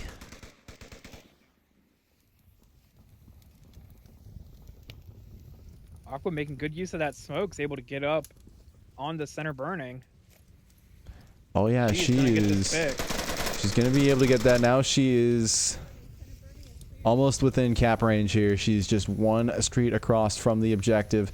The cross is dangerous, though. There are plenty of spaces where Game Fist is hiding, and they will try to use that to their advantage, but no one is on the objective right now. Except for Xyz. He's there. Yeah, Fireteam Alpha in a slight man disadvantage as they have 2.5 versus Game Fist 3. Bit of an interesting use of the fire there. I wonder if that was supposed to be on the wall, but Xyz is...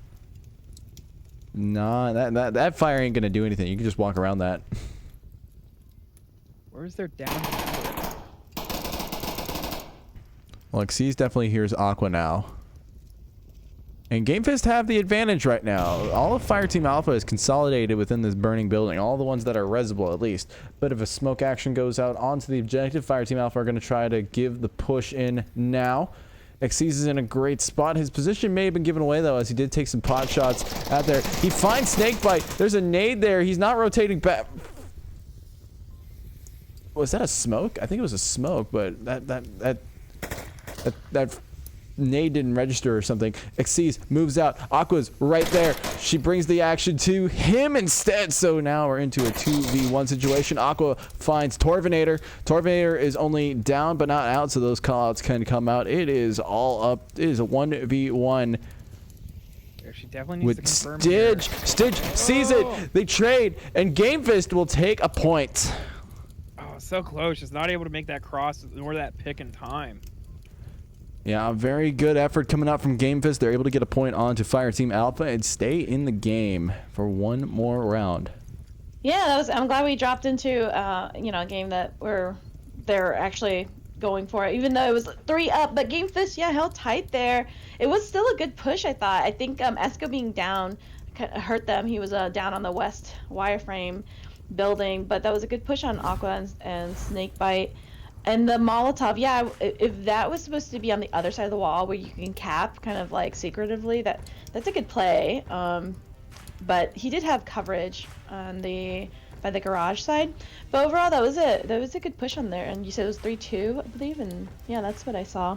High Voltage doing good for his team with 5 kills here. No one captured the OBJ yet, but doesn't mean they can't.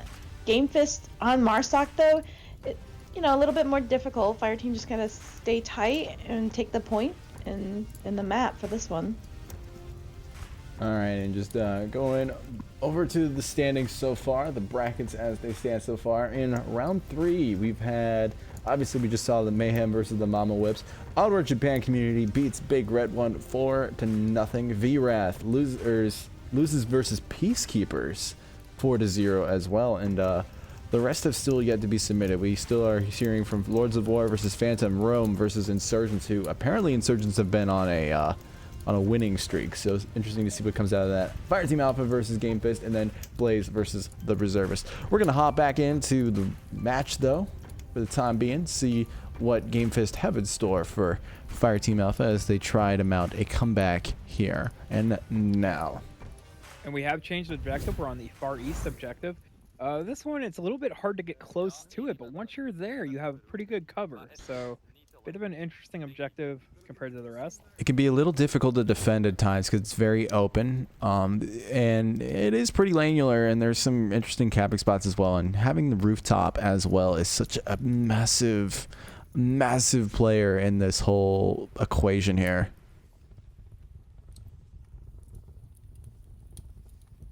I thought Lionheart was going to go for the 5-story, but it looks like he's going for the dunes. Which might be a good play, as it looks like 2 of Game Fist, they're heading out that direction. Lionheart is taking some pot shots at a member that he thinks he sees, or he's... Oh yeah, there's 2 of them right there, but...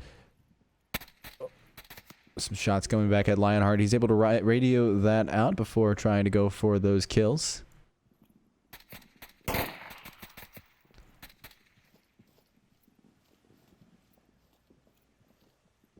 The rotations have just been really good from Game Fist right now. Lion's not able to get a good bead into a really comfortable way that he likes. Well, the rotation tries to come out from XC's. Lion's able to shut that one down. Now he has to worry about that one member at that corner. There's someone else there. Yeah, I think his best bet is to just rotate back at this point. I mean, you don't want to face Lionheart like that. Because from their point of view, Lionheart is just a little tiny dot above the dunes. As I say that, that's exactly what they do. Ooh. Sarg almost had a beat on Lion, but Lion is just moving around too much on these dunes.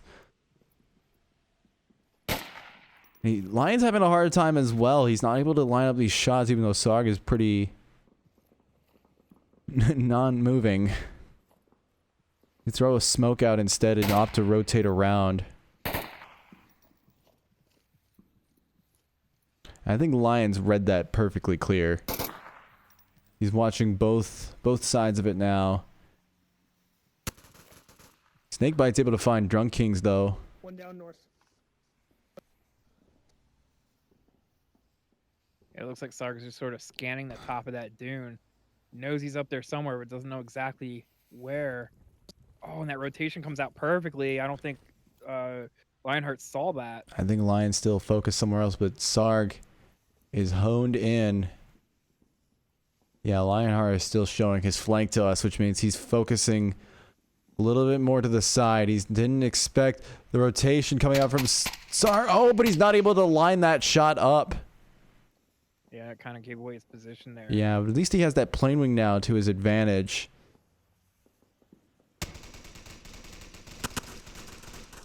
About halfway through the round, 2 minutes 50 remaining. Torvinator takes some shots out onto the objective building. He's not able to make it land, but we're still into a battle on the south side. Stidge is able to find Snakebite, though. And Sarg is just sort of rushing this Dune here. Don't think... Oh, and he Oh, turns. yeah, Lionheart got that one. Now, Game Fist are just 2 members. Fireteam Alpha have a theoretical... Well, now they're 4 strong. I was about to say a theoretical res, but... Their north side is definitely their strongest push right now because they don't have so much of the defense going on right there. Yeah, but they're in a 2v4. I mean, this is a bit of a tall order. And 2 minutes remaining with about a third of the map you have to cover. Yeah, it's not going to be easy for Game Fist here if they want to stay in this.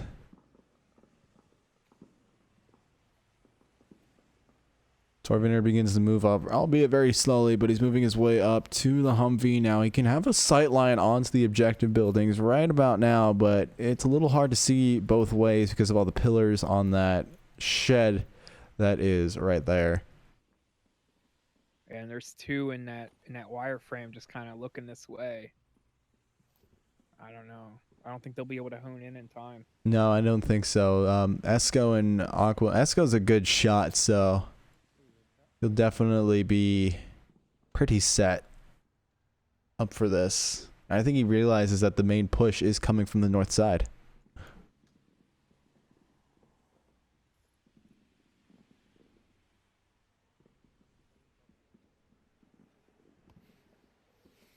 Couple of smokes going out there. That will give away Torvinator's position. The rotation comes out from Stidge. This will stir a little bit of a bee's nest. Torvinator begins to make his way out there. He forces Esco to duck with the pre-fire. He's also shooting at the hotel, kind of keeping all of his bases clear. Esco shoots back, trying to find something. He doesn't know exactly where Torvinator is just yet. That smoke is doing its job pretty well. Aqua's also on the bottom there to be able to confirm anything that Esco sees, but Esco's being the sight line right now. Lionheart is rotating his way up north. He's not exactly here yet. It'll take him a minute. Torvinator moves across with relative ease. He is not spotted by Esco at all, or maybe he is, but Esco just didn't shoot back. But for all intents and purposes, Stidge gets taken down. I believe that was Lionheart missed his shots from clear out there in the east. Well, he's able to confirm that one. Fireteam Alpha will win against Game Fist 4-1. Well, that is a win that I think they needed, right? That was good handedly. 4-1 for Fireteam Alpha. Great coordination. I mean, High Voltage I think may have been bored in the back there. I mean, he was in a good position. I mean, you know, this is probably my least favorite OBJ along with the North. There's just so much to cover, especially they opened up the map out there on the east side, but I don't know that High Voltage was able to even see anybody because no one was coming that way. I think Lion already made the call when he crossed with ease and said they probably in the north took care of the 2 people on the side. So that was great teamwork on the side of Fireteam Alpha. No need to really push on their end. So I'm actually not familiar with Game Fist too much. I believe they're an EU team. So that was good on Fireteam Alpha for taking that win. Yeah, definitely a really good win. We're going to take a break here on our side, at least trying to find another match. I think they're all being casted right now, so it'll be a little bit. But in the meantime, definitely go watch Blaze versus the Reservist on Onward Master League 1, I believe. If not, it's 2. And we will see you all when next matches get generated.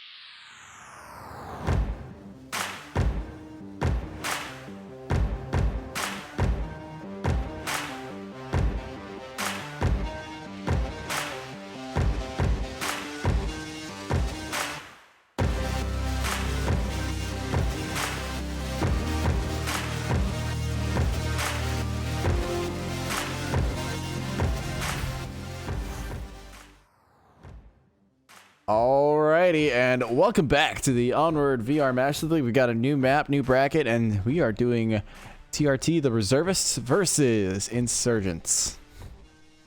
Xandria, what are you thinking about this map, and Viv 2 in this case as well?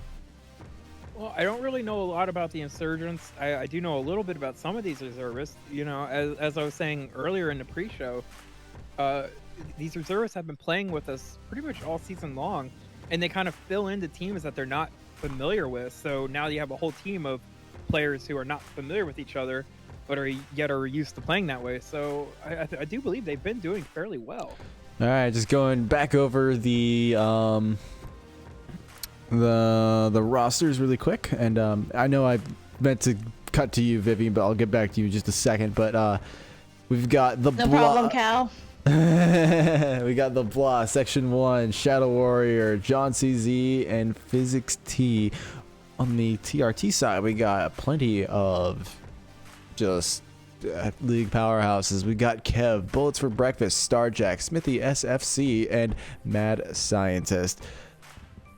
Control, what are you thinking is going to come out of this? I think we're just we're gonna have a fun comp lobby.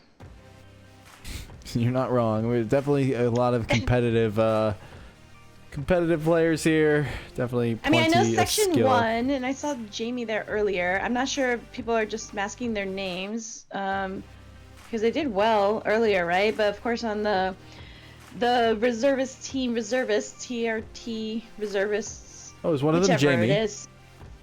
Yeah, Jamie was, I think, on Insurgents, but it was named Jamie, or maybe on the bracket, or what have you. But yes, for this Challengers Cup, you can make a team, so a bunch of people can, you know, form together, and which is what's happening here. And I think it's gonna be just like a fun comp lobby. We'll see. Yeah, we'll see Who what knows, they've happens been here. secretly Ooh. practicing. Who knows? Well, we're getting in right now into the action. Hanging out with Insurgents off the start here. Either way, we have tank objective. Oh, that's gonna be a very interesting one to start with. Watch out for the early nades. Early nades? All right, we're getting off underway. Looks like there's going to be a massive lane 2 push coming out of here. TRT is going to occupy the middle house. And maybe a bit of a push coming out there at the beginning. Bit of pre-fire. Doesn't find anyone. Section 1 is just too low for that to even do anything against Smithy. Starjack finds Physics T. Got one, maybe two. And now we're kind of at a mid-lane push blockade here. Oh, the nade! It's a little too far. It would have been so good, but... Oh, it would have been amazing if that landed, but it didn't. It was just a little too far. Now, the Blah using that LMG, or not, it's actually an AK-5C, but he's using it to try to suppress the living heck out of that middle house, but TRT is just hunkered down right now. They're waiting for the main push to happen. And speaking of a main push, one member is... Wow, he's pushed up very far. I got caught there for a second there. I'm so sorry, but John CZ is pushed up right onto Mad Scientist, the former boss fight member. I think beginners at one point. Yeah, I was playing with John CZ earlier today, and he definitely has a wicked whip shot. So see how this plays out. It also seems like he has a bit of lag, but either way. I think it's the same CZ that was on Lemon Squad a long time ago. So it would make sense. The playstyle kind of matches up as well. And this frag, though, went a little too far. Mad rotates around. He's trying to go for that pick, but CZ is already rotated away before anything can be done there. A bit of smoke coming out on the corner. And now he's going to actually opt to rotate around here. A bit of ring around the rosy going on at the burning house. Nothing too crazy. A bit of a push going on as well on the other side. Oh! What on? That was a lag spike. CZ and Mad Scientist trade. And another trade actually happens between Shadow Warrior and Kev, but TRT will take that win. Yeah, I like you said, I really wish I knew who everyone was, or because you kind of recognize their style, so it might take a minute for us to figure out who is who. But I mean, great push. 3 in the middle house for the tank objective. It was aggressive. I thought maybe they would push a little further out, but they obviously know what they're doing. So like, yeah, I wish I just knew a little bit more so that we could kind of break down if they're just still doing the same thing. However, you know, we do know Mad Scientist, Smithy, Stray Jack. We kind of know how they play already. I'm trying to figure out which one, like, who's kind of like leading the charge, or like what it looks, the team it looks most like. Stratjack is the official team captain, I think. So, if anyone's doing the strats, it's him. But I think these guys, they only formed the team kind of last minute, so they're probably just playing off instinct right now, which is doing them pretty good against a team like Insurgents, who have, if I'm not mistaken, they've been on a really good run so far. Yeah, I think that's kind of the thing though with Onward community, maybe other games too. It's just you kind of get used to playing with each other. I mean, there's a few players, I'm not on a team with them, but if we played together, we may do well just because we played in comps very often. So it kind of seems like what's happening here. Although El Vega was on this team, right? On the reservist team, and they swapped out, so they made more than 5 people. Feels a little more serious. TRT is like the 3rd ranked team overall so far, and Insurgents are in the 8th spot right now. So, pretty decent matchup. Bit of disparity, but that's nothing too crazy.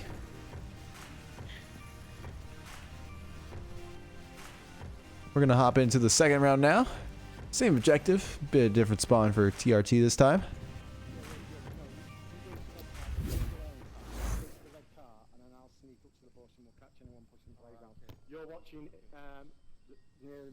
Looks like a Kev is strategizing, yeah. There's strategy in a madness team like this. Smithy and Mad Scientist will push up very hard on lane 2. They're going to try to go for that middle house straight off the get-go. Mad Scientist able to find one straight off the bat here. Now it's up to... Ooh. The Blah doesn't even check it. Now Mad Scientist has the upstairs. Fizz T is aware of the positioning. He's... Oh, but he didn't clear that back room. No. Fizz... What on earth? That should happen a long time ago. Fizz is able to find Mad Scientist. He did not clear that back room. That was Mad's mistake, but there was that double take there from Fizz there. That was pretty funny. I couldn't believe it. Smithy FFC. Smithy finds section 1.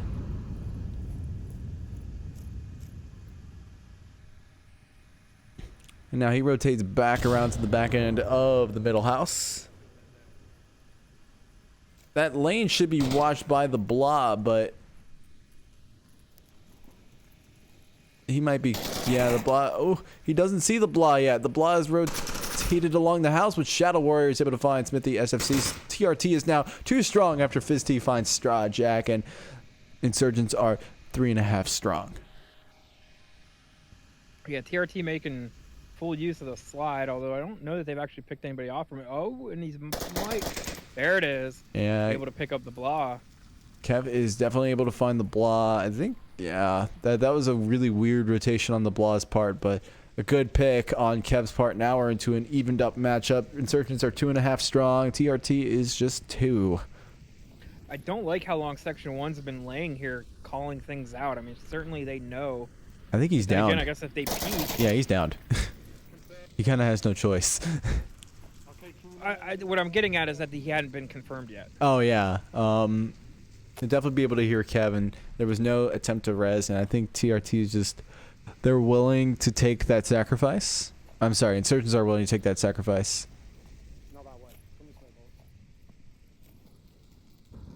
And now the former beginner is strategizing with bullets. The final 2 members left up on the TRT squad. Got about 3.5 minutes remaining. Plenty of time.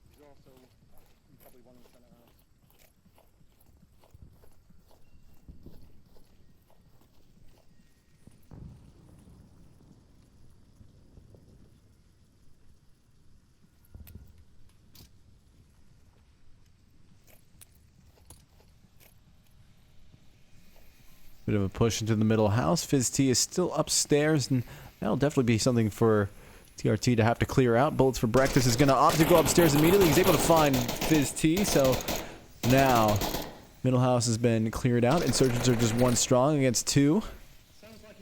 All up to Shadow Warrior. There's a cap potential here. Yeah, and he's not in the greatest of spots to be able to counter that.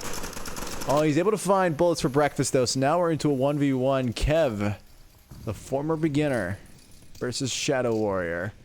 And Kev sees that one, and he's able to find that pick. TRT go up 2. That was so good. I mean, he's just so skilled. I love when you like watch people who've been at it for so long, and you know the way that they pushed in so well together. It does seem like they've been playing like as a team for some time. And I don't know. Again, maybe Shadows wasn't aware. If he hadn't, I don't know. I guess if Kev hadn't already killed him, he could have just gone for a sneaky cab. It didn't look like Shadow was going for a rotation or anything. I did notice that there is a certain amount of delay for some people, like the blah. I think like he heard, like there was a sound and then he turned a little bit. So I don't know if there's just a bit of an audio delay that made him miss Smithy or what. But other than that, like Mad Scientist got in so fast. I wouldn't be surprised if they go for the same rush next time around on this one. I'm curious to see if they'll do like a flank though on Volk. Yeah, the defensive strategy can definitely be changed up. TRT been a pretty aggressive team. They've been charging to places. They're predominantly EU, but they have not been subscribing to that EU playstyle that we so often talk about. But it's definitely going to be very interesting. While we have a chance, though, I just wanted to give a quick shout out to our sponsors. We're kind of midway through the tournament now, so if there would be no better time, but we are sponsored, VRML, sponsored by Pro2VR, VR Cover, Rebuff Reality, and Fixed Gaming. Definitely check out their respective websites. You can easily access those websites on our website at vrmasterleague.com. Without further ado, we're going to go into round 3. Round 3 is going to sport the center house objective. It's one of my personal favorites. Yeah, this is probably my favorite objective in league play right now. It's just you see so many interesting attack and defense like strategies going into it. Everything, all the attacks have to be amped up to 10 on this one because of that choke point on the stairway. And Insurgents are going to have to find a way to amp their attack up to 10, whether it be with the slow play or with the fast play, but they need to be on point if they want to be able to secure this. Does look like they're putting 4 in the house. Not a bad strategy. Yeah, I think it's a very common like beginner strategy to bias yourself into the house. So by making sure that there's always a rotation available into the house at all times, make sure that that cap does not come out. That's exactly what you don't want if you're TRT right now. You have 2 points up on the board. The last thing you want is to give that all away. I was looking to see if we saw any shotguns upstairs like we saw in a match recently, but I do not. Yeah, the shotguns is a bit of a fickle weapon. Some people like it, some people don't. Riot have been pretty good on it. I think Delta Squad or Ike has been pretty good on it. Ike has found a new team, so I forget which team he's on though. Mad Scientist is able to find John CZ though.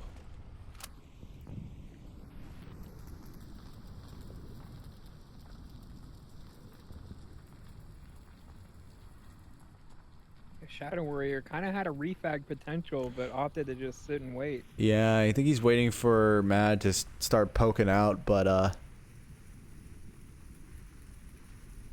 oh, he's gonna start poking out here. I think Mad Scientist is very... Oh, no, he's not. The potential is right there, but they don't see each other just yet. Mad's now pointed back. He's looking at the tablet. He's not ready for that. Shadow Warrior is able to get that pick, and now we're into a 4v4 situation. The rest of Insurgents are lined up along this lane here at the midpoint. They have to start making their way into this middle house. There's that massive choke point that they all have to go around, but being able to clear it up is the key to be able to take this house in. Smithy SFC is going to start poking out there, trying to get some refire and kind of make it seem like that, you know, the house is a little more defended than how it seems right now. The Blob begins to make his approach in. He's being very quiet, but he's still probably slightly audible because he's going in full movement mode even while prone, and you can kind of hear the tiptoes going on there, the twinkle toes. Bit of flash goes out as well. Fizz T joins the party. They're all kind of consolidating here. If Fizz knows to check that window, he might have an easy one on the bullets. Oh, but Smithy with the peek is able to find the Blah and Fizz T. And a frag is... And Shadow... Frag got him. Ooh, Shadow got that one, but the refrag comes out from bullets for breakfast. So now it's all up to Section 1 and potentially Physics T.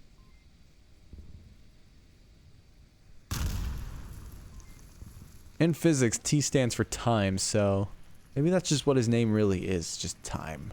Section 1 getting caught out by Strawjack, and T beats TRT will go up to 3 points. Yeah. The moment that he decided to rotate towards, you know, the lane 1, I was like, okay, Strawjack's just, you know, gonna see that. I mean, you wouldn't know that they would all stack up 4, and I was definitely thinking the same thing as you, TFH, that kind of like the beginners. I think that was the first time I ever saw 4 or 5 stacked up in the house was when the beginners did that. But yeah, it's not a bad strat if you could do it correctly. They refragged each other very well inside. I don't know what Insurgents could have done except go on the same, I guess on the same area to cross the street after Mad Scientist was taken out. But again, that is caster vision for you. But yeah, they are taking the map handedly. I wouldn't be surprised if they continue going further. There's no signs of, I mean, because I'm sorry, I apologize. There's several new teams that aren't so new, but the reservists playing very well together as a team. Yeah, the reservists definitely are a group of people who've been playing in comp lobbies for a very long time, as long as I've been playing. So they're very familiar with each other. Smithy's been around on many different teams. I think at times he's even played with some of these teammates before. So I'm not surprised that they're, you know, they're bonding together pretty good. They're definitely going to be a pretty substantial powerhouse in this wild card here throughout the rest of the day. Well, you hear those beeps, you know what time it is. Andrew was about to say it as well. It is match deciding time for TRT, or if Insurgents will be able to stay in it by the skin of their teeth.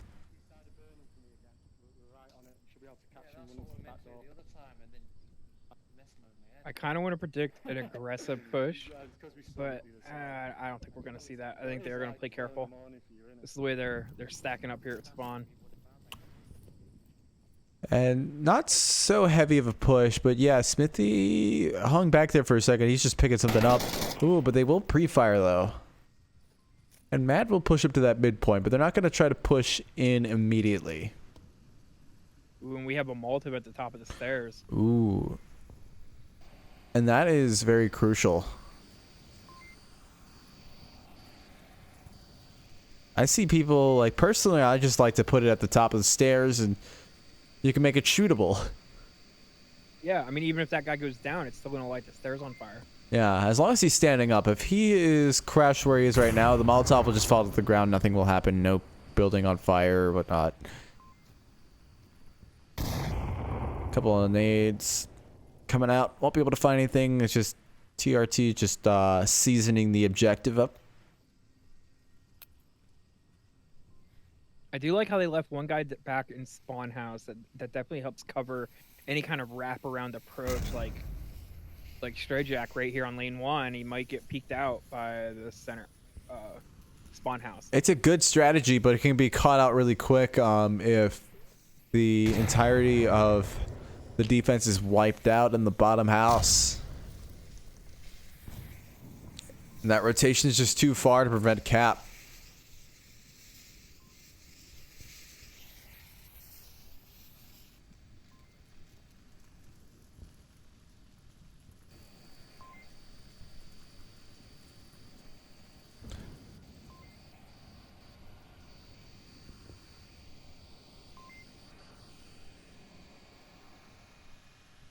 Kind of a lull in the action here. Nobody's really moving. Everybody's just sort of sitting and trying to feel it out. The name of the game right now is whoever moves first dies.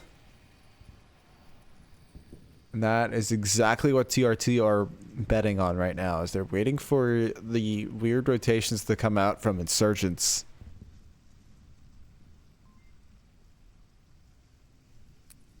Yeah, it is a weird psychological thing where when you don't hear any action, you're like, what's wrong? What's going on? I have to rotate and see what's going on.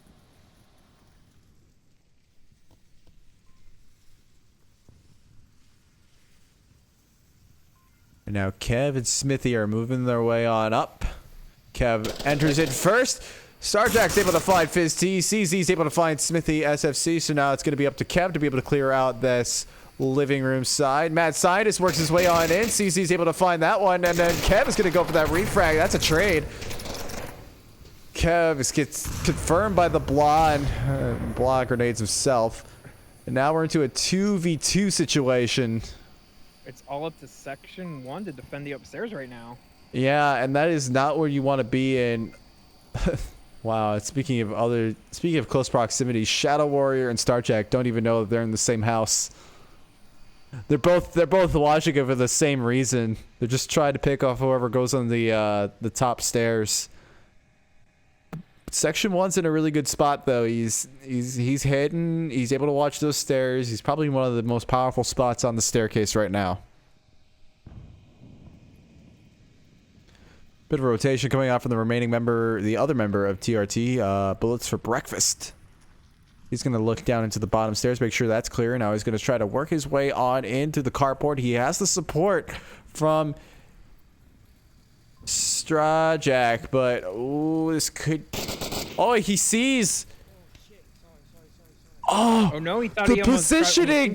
The positioning! Starjack finds Shadow Warrior. Bullets thought that Shadow Warrior was Starjack. After checking his tablet, it's now up to Section 1 to keep insurgents in the game here.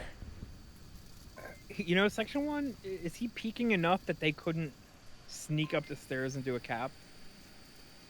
If they could, he's not peeking on those stairwells at all, but if enough noise is made, he does have a Molotov available to him, which, if you think about it, effectively, if he's able to use it, TRT only have about a minute left of objective time that they can work with before that's just going to get Molotov and Section 1's just going to hide.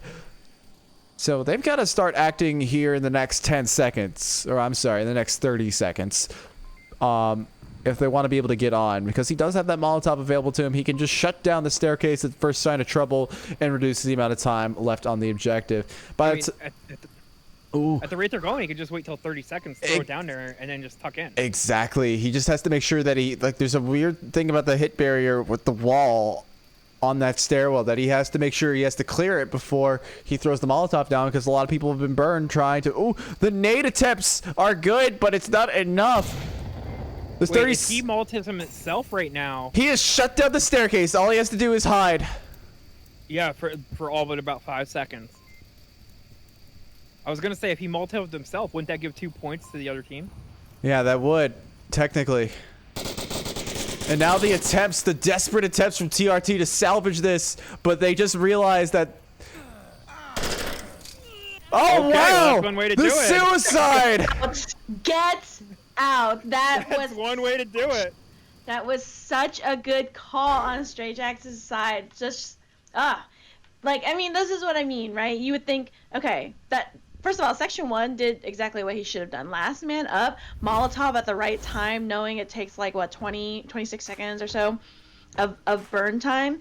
But also, if you've played, you know that it burns you a few seconds before you die of a certain time, right? And you always rush that corner when you're running up the stairs. So good call on Stray Jack, knowing that Bullets for Breakfast was still there to, you know, be the one up.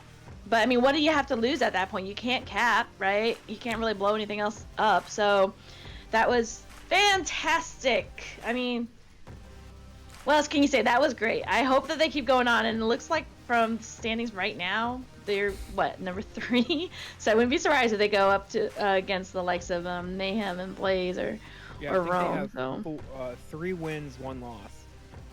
Yeah, well, that was really good play. I mean, yeah, it definitely was on the slower side, and just the pacing of it was just very, very careful.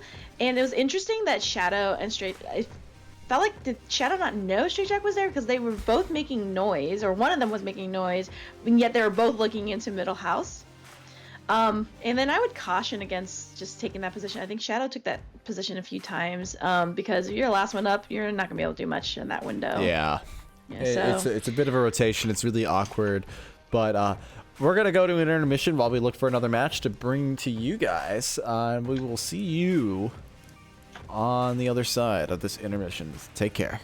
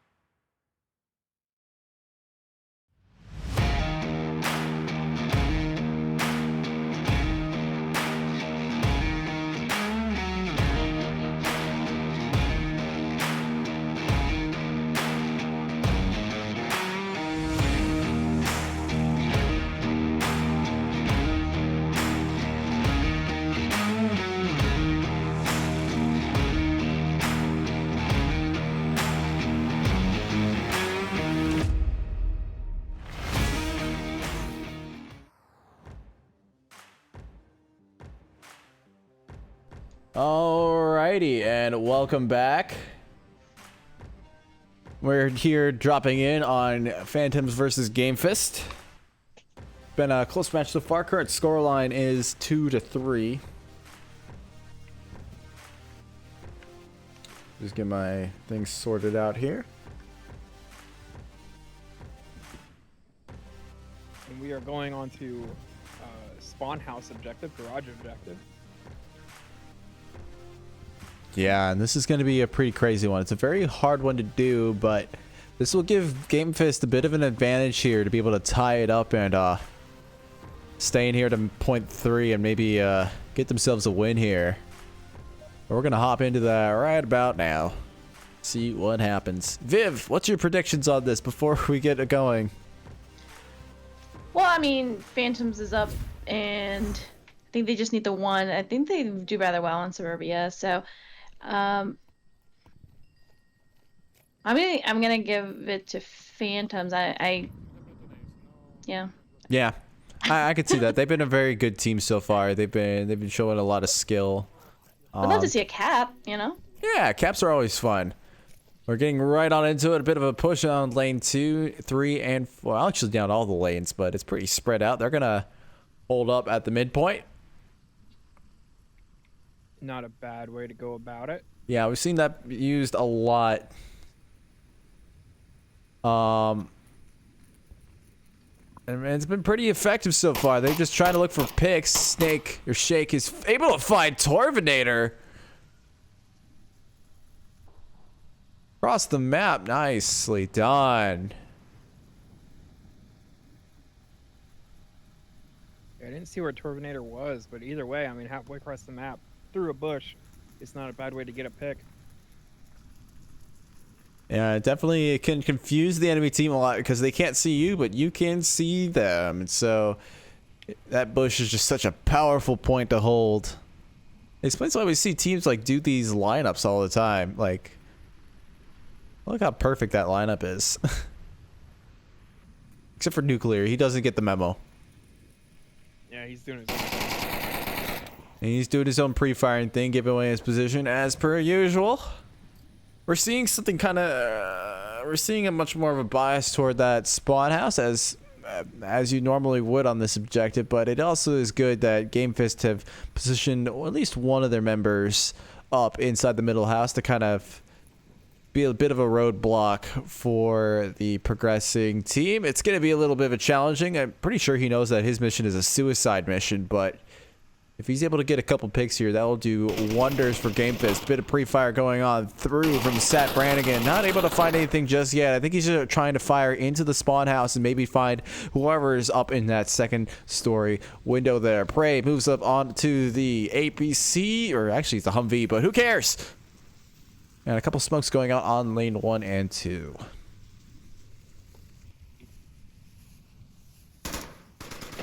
Couple shots there coming out from Nuclear. He's pre-firing onto the APC, trying to hit that spawn building, but I don't think any of those really registered properly. A bit of C4 goes off at the middle house. Won't be able to find anything. Oscar works his way on up. He's going to trade with Nuclear. I'm sorry, with Skargmass, but now the middle house is gone, but at the cost of a human soul. 2 of them, actually. Sat Brannigan's able to find X's, and Phantoms are definitely rolling with the lead here. Yeah, it's all up to the spawn house. 2 in spawn house now. Ooh, but they're able to do work here. Drunk Kings finds Nuclear now into a 3.5 v2. That confirmed. Now it's just a 3v2. Prey is trying to work his way, trying to be able to get a sight line onto the objective. Shake is not making it easy for the defense either.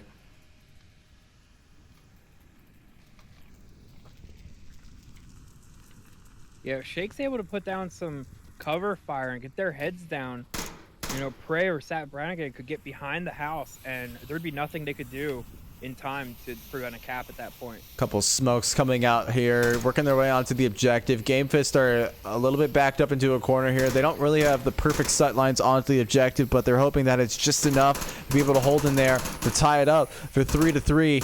Prey's moving his way up onto the tank. Pre-firing is going on onto the thing. Sat Brannigan is working his way around. He has to duck it because Stidge is right there, but Sat Brannigan's able to find that one. He's now working his way out to the back. Stidge has to drop a nade out the back, but the rotation time is not there. Sat Brannigan is tabbing out. The cap is coming out here. I mean, he's The there. lines, but he's occupied by Prey. He might be distracted by the footstep, but Doug Kings doesn't know what's going on. I mean, Sat Brannigan's taking a long time putting this code in. Oh yeah, it's taking forever. He's taking his sweet time. Prey's right there to apply the pressure, get him distracted, but a minute and 43 seconds left. The tablet is just still out. The dyslexia is strong with this one, and he's able to get it. Oh boy. Prey beats Sat Brannigan in their own little game of capping.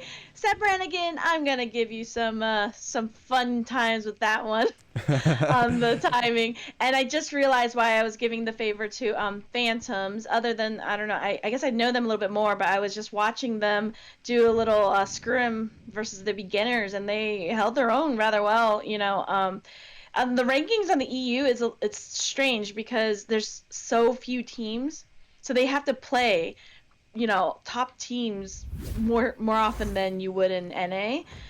So I think that their rankings kind of don't speak to how strong that they can play. Although I get Schemefist and Phantoms might play together, but I know Phantoms, they practice a lot, but maybe not on their capping. But I mean, Sick they were burn, both bro. there. They were, hey, come on, I mean that lovingly, guys.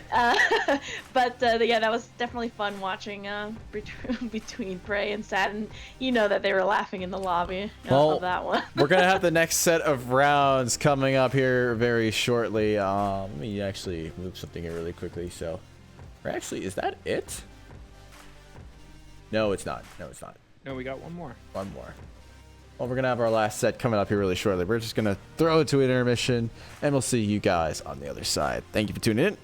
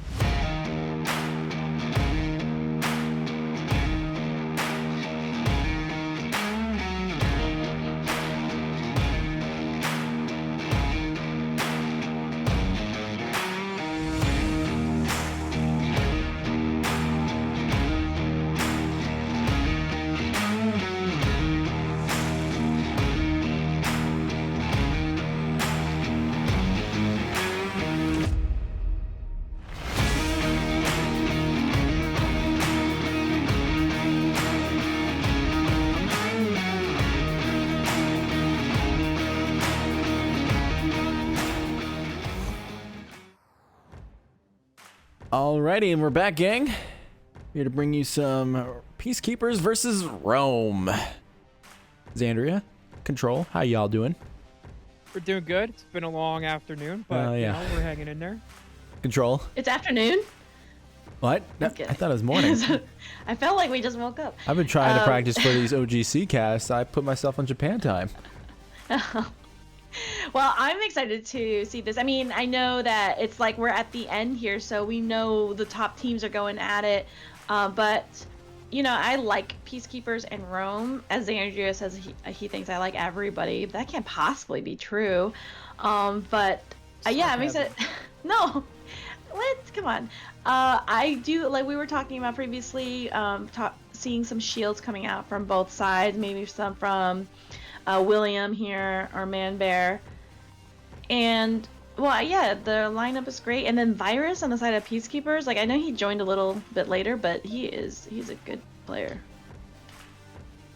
Yeah, he definitely knows what he's doing and is a great pickup for that team. We're gonna hop into the action though, as the rounds have started.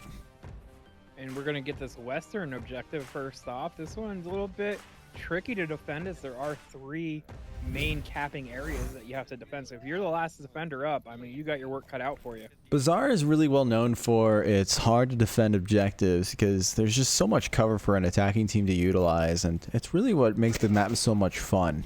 It provides a good, like, kind of somewhat balanced challenge for both teams to attack and to defend. But this one is definitely a bit more on the Marsoc biased side of the spectrum.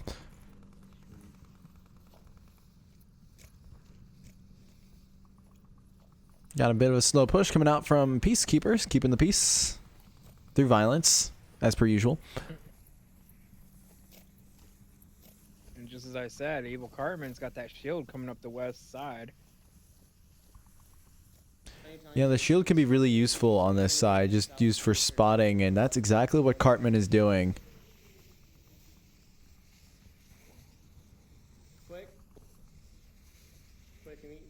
Gladiator's found himself a nice little defensive spot. Yeah, he's got to push out a little bit if he wants to be legal, but yeah, he does.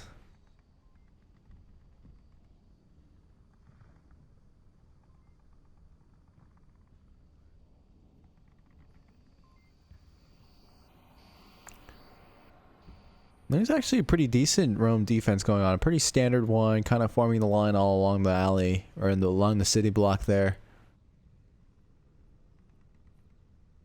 Can definitely shift into Rome's favor here if they're able to take down that shield to start off with so they don't get called out all the time. That's the other thing that Rome likes to do. They like to focus more on their callouts than on the picks themselves. Ooh, Nardu is in line, but William's able to shut that one down. Big Mike's able to find Devil Sam as well. And Peacekeepers will go down to 3 members strong in the second minute mark.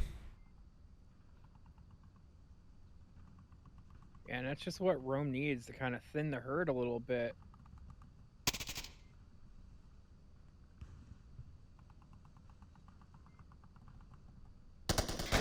Yeah, Virus is able to find Gladiator, though. So that will free up his side on the objective. It's an LA-80 with a banana clip in it. I don't see that too often. Well, when you give out all your drums and you use it all, yeah. sometimes that happens. I think it's how the LA-80 was meant to be, right? But they just put drum mags on it in this game. The LA-80 is a British assault weapon, I think. I forget when it was developed specifically, but it's definitely. Yeah, I'm not familiar with that firearm in the real world. I'll have to look it up. Well, he's gonna have to worry about William Dunce right here. He's not able to find that one. William has got that pretty secured. Now Peacekeepers are just 2 strong. It is Cartman versus the world. Cartman's found himself a nice little Marsoc loadout, probably cannibalized off of one of his dead friends, as per usual. This is just culture, tradition.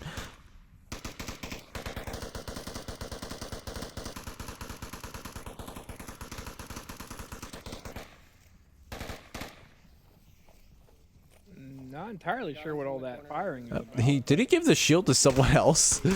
He did. He swapped with Quick.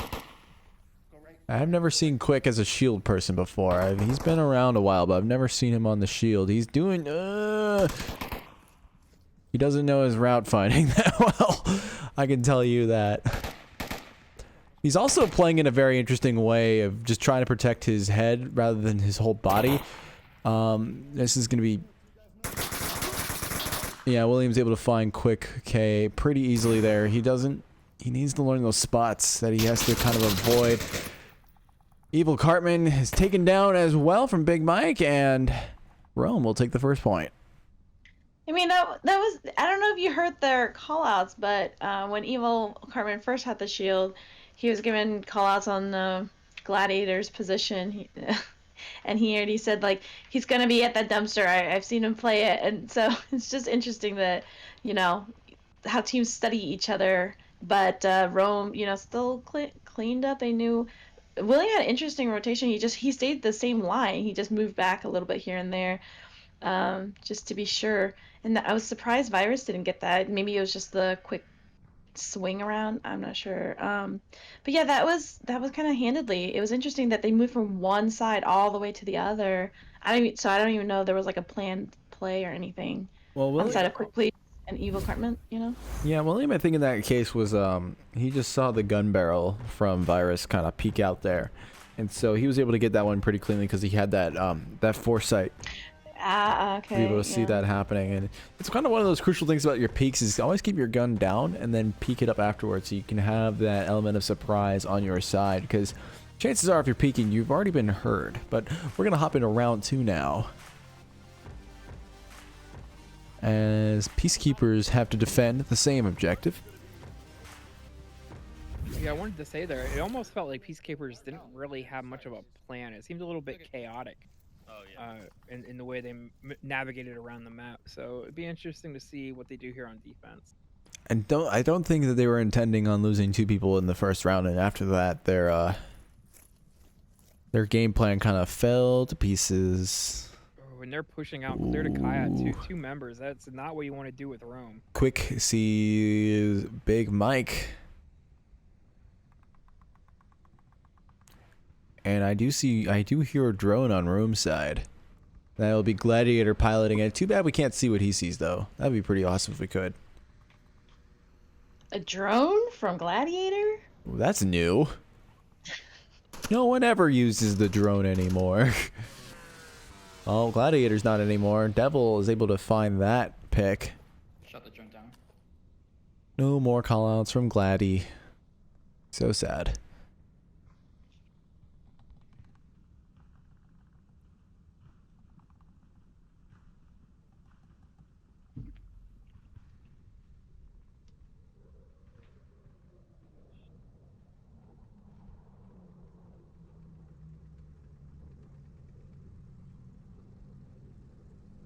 Boy, Quick please kind of rotated back here. Ooh. I was just going to say it's able to pick up Big Mike. Yeah, that's a nice pick. Rome are now down their first member. The advantage is falling into the Peacekeepers' side. The Romans are not a very peaceful bunch, so there's nothing... It's going to be hard to keep them at peace. They like to go around conquering stuff, you know?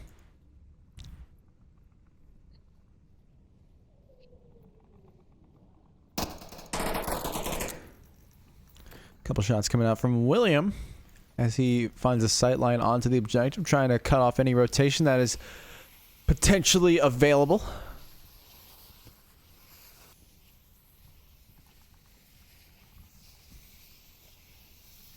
William's pushing in here in the western courtyard.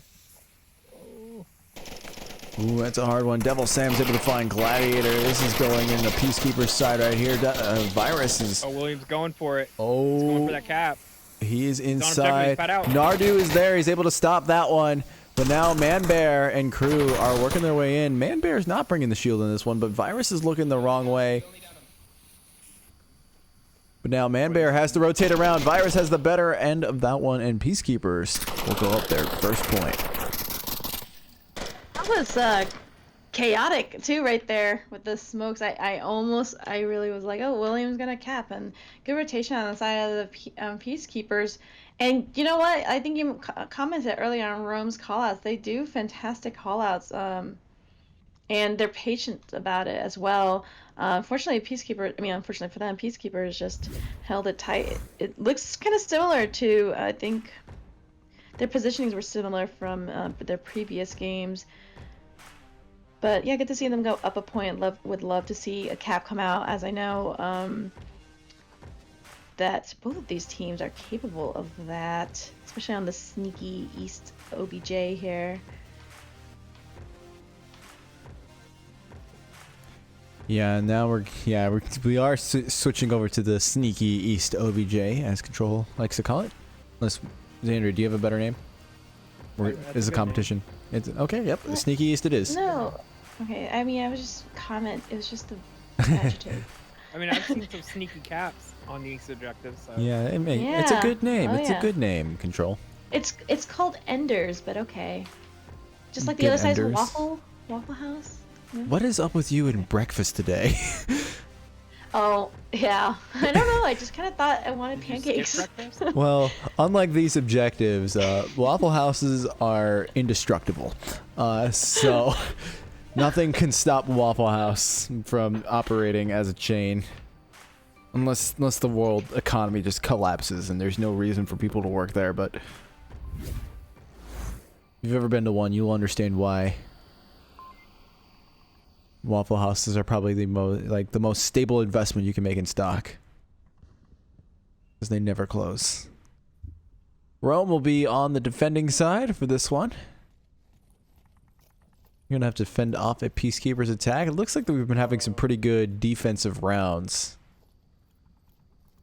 And there will be a quick spawn, but Peacekeepers are not going to use it for their fullest.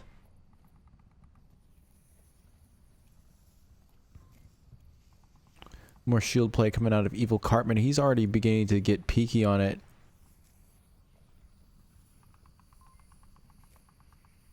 I like Williams' location here, laying down in this doorway. That could be bad.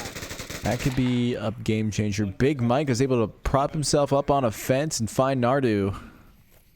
Especially the way Evil Cartman likes to run around with the shield up.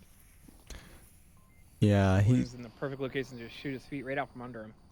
It's interesting. Usually we see people run... It is common to run shield up, but very, very conservative on when you put it down. So you're almost always down all the time in order to defend yourself whenever you feel like you're in a place where someone has an angle on you. But Cartman is what he's doing right now is just peeking. Oh, that is such a nice placement of smoke, but it does not cover William, and that's what he's got to worry about first.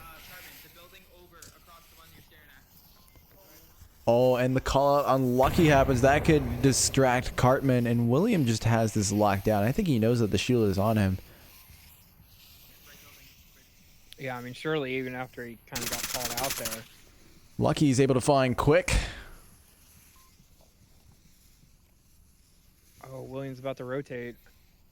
Oh, the positioning was so good before, but now Cartman has access in. Lucky, Virus. Back on a frag. Lucky's able to find another one. He's able to find Virus now. William is able to find... Oh! The shield on OBJ call out happens, and Lucky is able to take down Evil Cartman and Peacekeepers. Not confirming that kill was their downfall.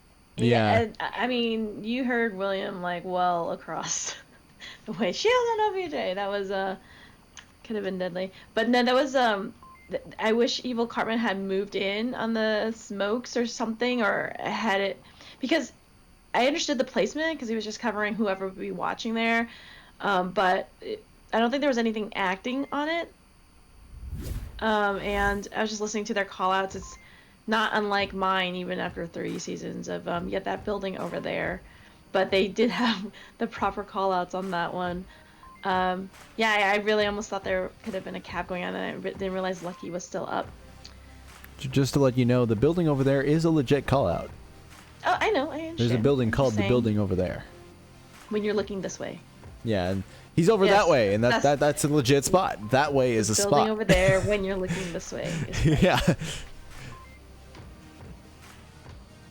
Better than the Shakespearean It's call been a outs that long we day, developed. okay, guys?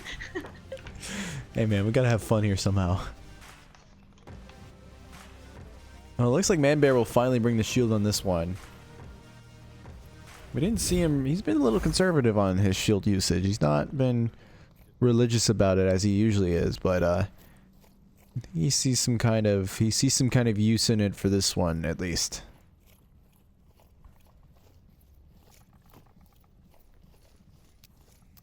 I think Manbear's gonna go way up around north, try to wrap around. Ooh. Oh, the double from Evil. He just had that angle and he is doing himself a good job. He's able to find William Dunson one other. The callouts from William can happen, but Big Mike is just trying to find that pick. He's able to find that. And so now the res can come out, but he's too preoccupied with making sure that he can confirm his kill.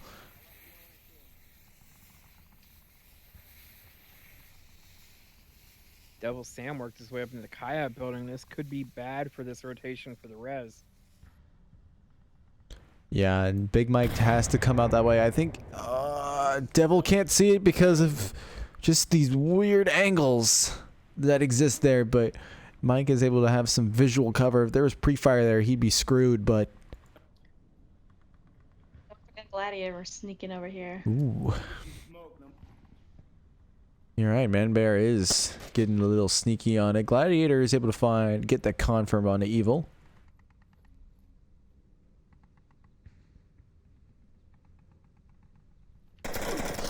Oh, but the rotation from Devil is able to find Man Bear. Peacekeepers will go up. Manpower of their own. They are one man stronger than Rome as of right now. Big Mike begins to work his way toward it. William, I believe. Yes, William has already worked his way on in, but he is surrounded by enemies right now. Gladiator is able to find Quick K, so that evens it up a bit now. Virus has to find William right here, and he will. Just the timing was wrong on William's side, so now Rome have evened it, or actually, no, they haven't. It's still a 3v2. Big Mike is working his way around toward Virus right now. It's Virus versus Gladiator right now, and Gladiator is able to find that one. Rome's now evened it up into a 2v2. Yeah, having them attack from both sides is really going to put the pressure on them. This could work out well for Rome. And the cause, Gladiator is choosing to take the standard approach onto the objective. He finds Nardu, and Big Mike's able to find Devil Sam, so Rome will take that point. Yeah, and that's what they need to take that Marsoc round here, which was, I mean, Gladiator, I don't know where the attention was, but he was so quiet that when Evil Cartman there, even on the tank side, I don't think they were even able to hear him. But he got that confirm, and it didn't move Peacekeepers too much. You know, like hearing the shots and seeing their down teammate out didn't alert them too heavily, so I think they just kind of lost it on that rotation a bit, and then allowing Rome to pinch them like that, because the Gladiator made his way all the way around. You heard the gunshots coming from tank side, and then again on the north, so good push on them. Yeah, definitely a really good push coming out from Rome on this front here, being able to work their way onto the objective and getting a nice clean kill wipe. Now we're going to shift objectives to the ice cream truck now. As we hop into that round, it's a pretty balanced objective. I think it lends itself a little bit more to the Volk side because of the amount of cover that's around and ease of ambush. A couple of smokes will come up from Rome to facilitate a push. Prevent sightlines from being available to the Peacekeepers. We've been having a hard time keeping the peace. Yeah, they're not a very peaceful bunch, that's for sure. Yeah, they've been pretty violent lately, and I don't like that. I prefer people stick to their names and what they name themselves. Your name Peacekeepers. Keep the peace! Nardu is... Oh, these sightlines here. Devil Sam. Wow, Rome is just choosing not to peek right now. Man Bear is just hanging out on objective, having a good time, probably chilling with a beer. Oh, and Virus had a sightline on him, but no one acted on it. Man Bear's able to find Nardu, though.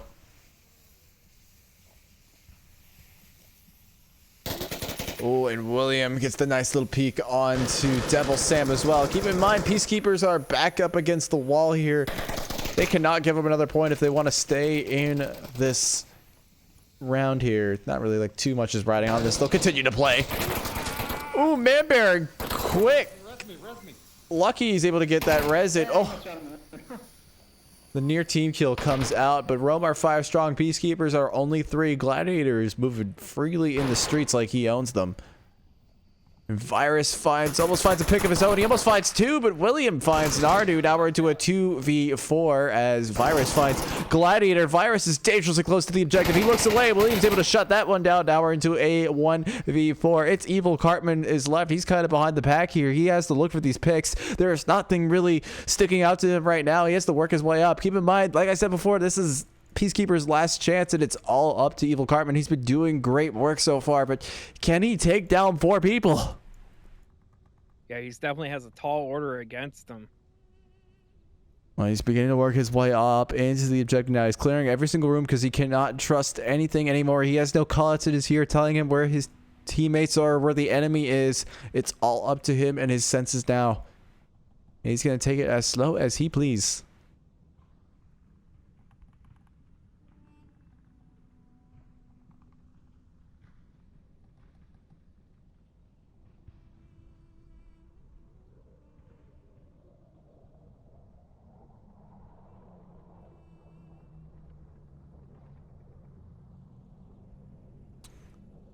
Bit of a, yeah, just go hang out and see how Rome are choosing to defend themselves with 4 people. We've got a pretty decent spread, bit of bias toward the objective. Nothing really looking outside, aside from Lucky looking through windows, which is a powerful spot, but if any smoke comes out from Evil, he might be able to sneak a cap in and even it up. Yeah, I think they definitely have a strong positioning here. I mean, it seems almost like the east side's a little bit open, but I mean, he's still gonna have to draw some attention to him to get anywhere close to the objective.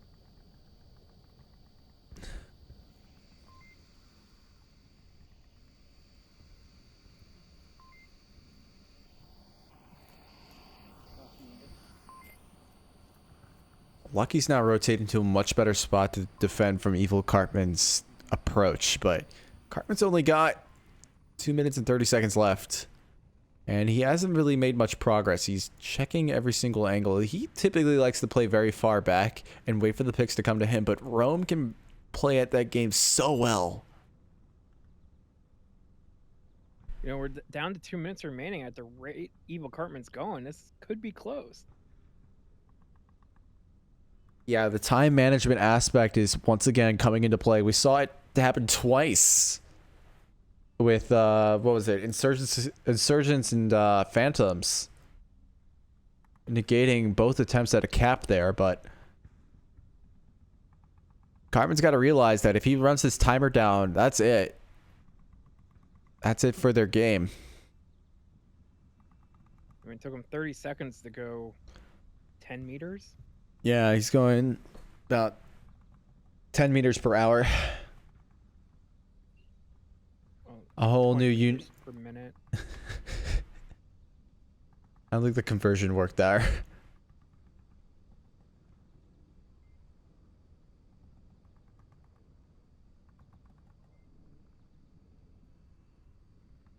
Even the slowest that I can get this caster cam to go, it's still going faster than him.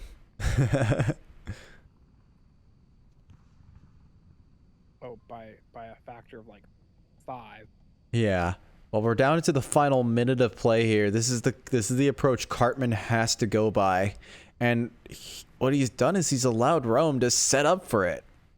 Yeah, I mean, there's almost no way this is gonna happen at this point. Yeah, I just don't see it. The beeps are about to go off here in about 5 seconds in everyone's headsets. Bit of rotation coming out from Man Bear Pig. Oh, and Big Mike has that angle. Rome will beat Peacekeepers 4-1. Yeah, I'm surprised it took them Rome that long to go out to make an aggressive push, considering I believe they had the proper kill count, knowing that they were 4 up, and Evil Cartman, I think, was it's difficult when you make that south approach for this OBJ because there are so many places to hide on the south that eventually at some point you have to kind of like, okay, I cleared it enough to get to the southpaw objective. That's what it's called, by the way, southpaw. And so, yeah, I mean, there really, what other approach could he have gone? I mean, maybe through the kiosk, getting up a higher ground and peeking in. But you're right, he did let Rome rotate a lot. But I'm also surprised they didn't just like, okay, well, we're just gonna send at least one of us out there just to find this guy. But yeah, great game on the side of Rome. Lucky and William cleaning up with 6 kills. It was, I mean, I like Peacekeepers. They're a good team for this first season. But, you know, going against Rome is a tall order for the last game. Yeah, Rome is definitely a team that's up there, and it kind of sucks that Peacekeepers had to go through that, but they put up a good fight nonetheless. But we're going to cut to an intermission. I don't know if we're going to have another game after this, but we'll keep you in touch about what happens there. So we'll see you there.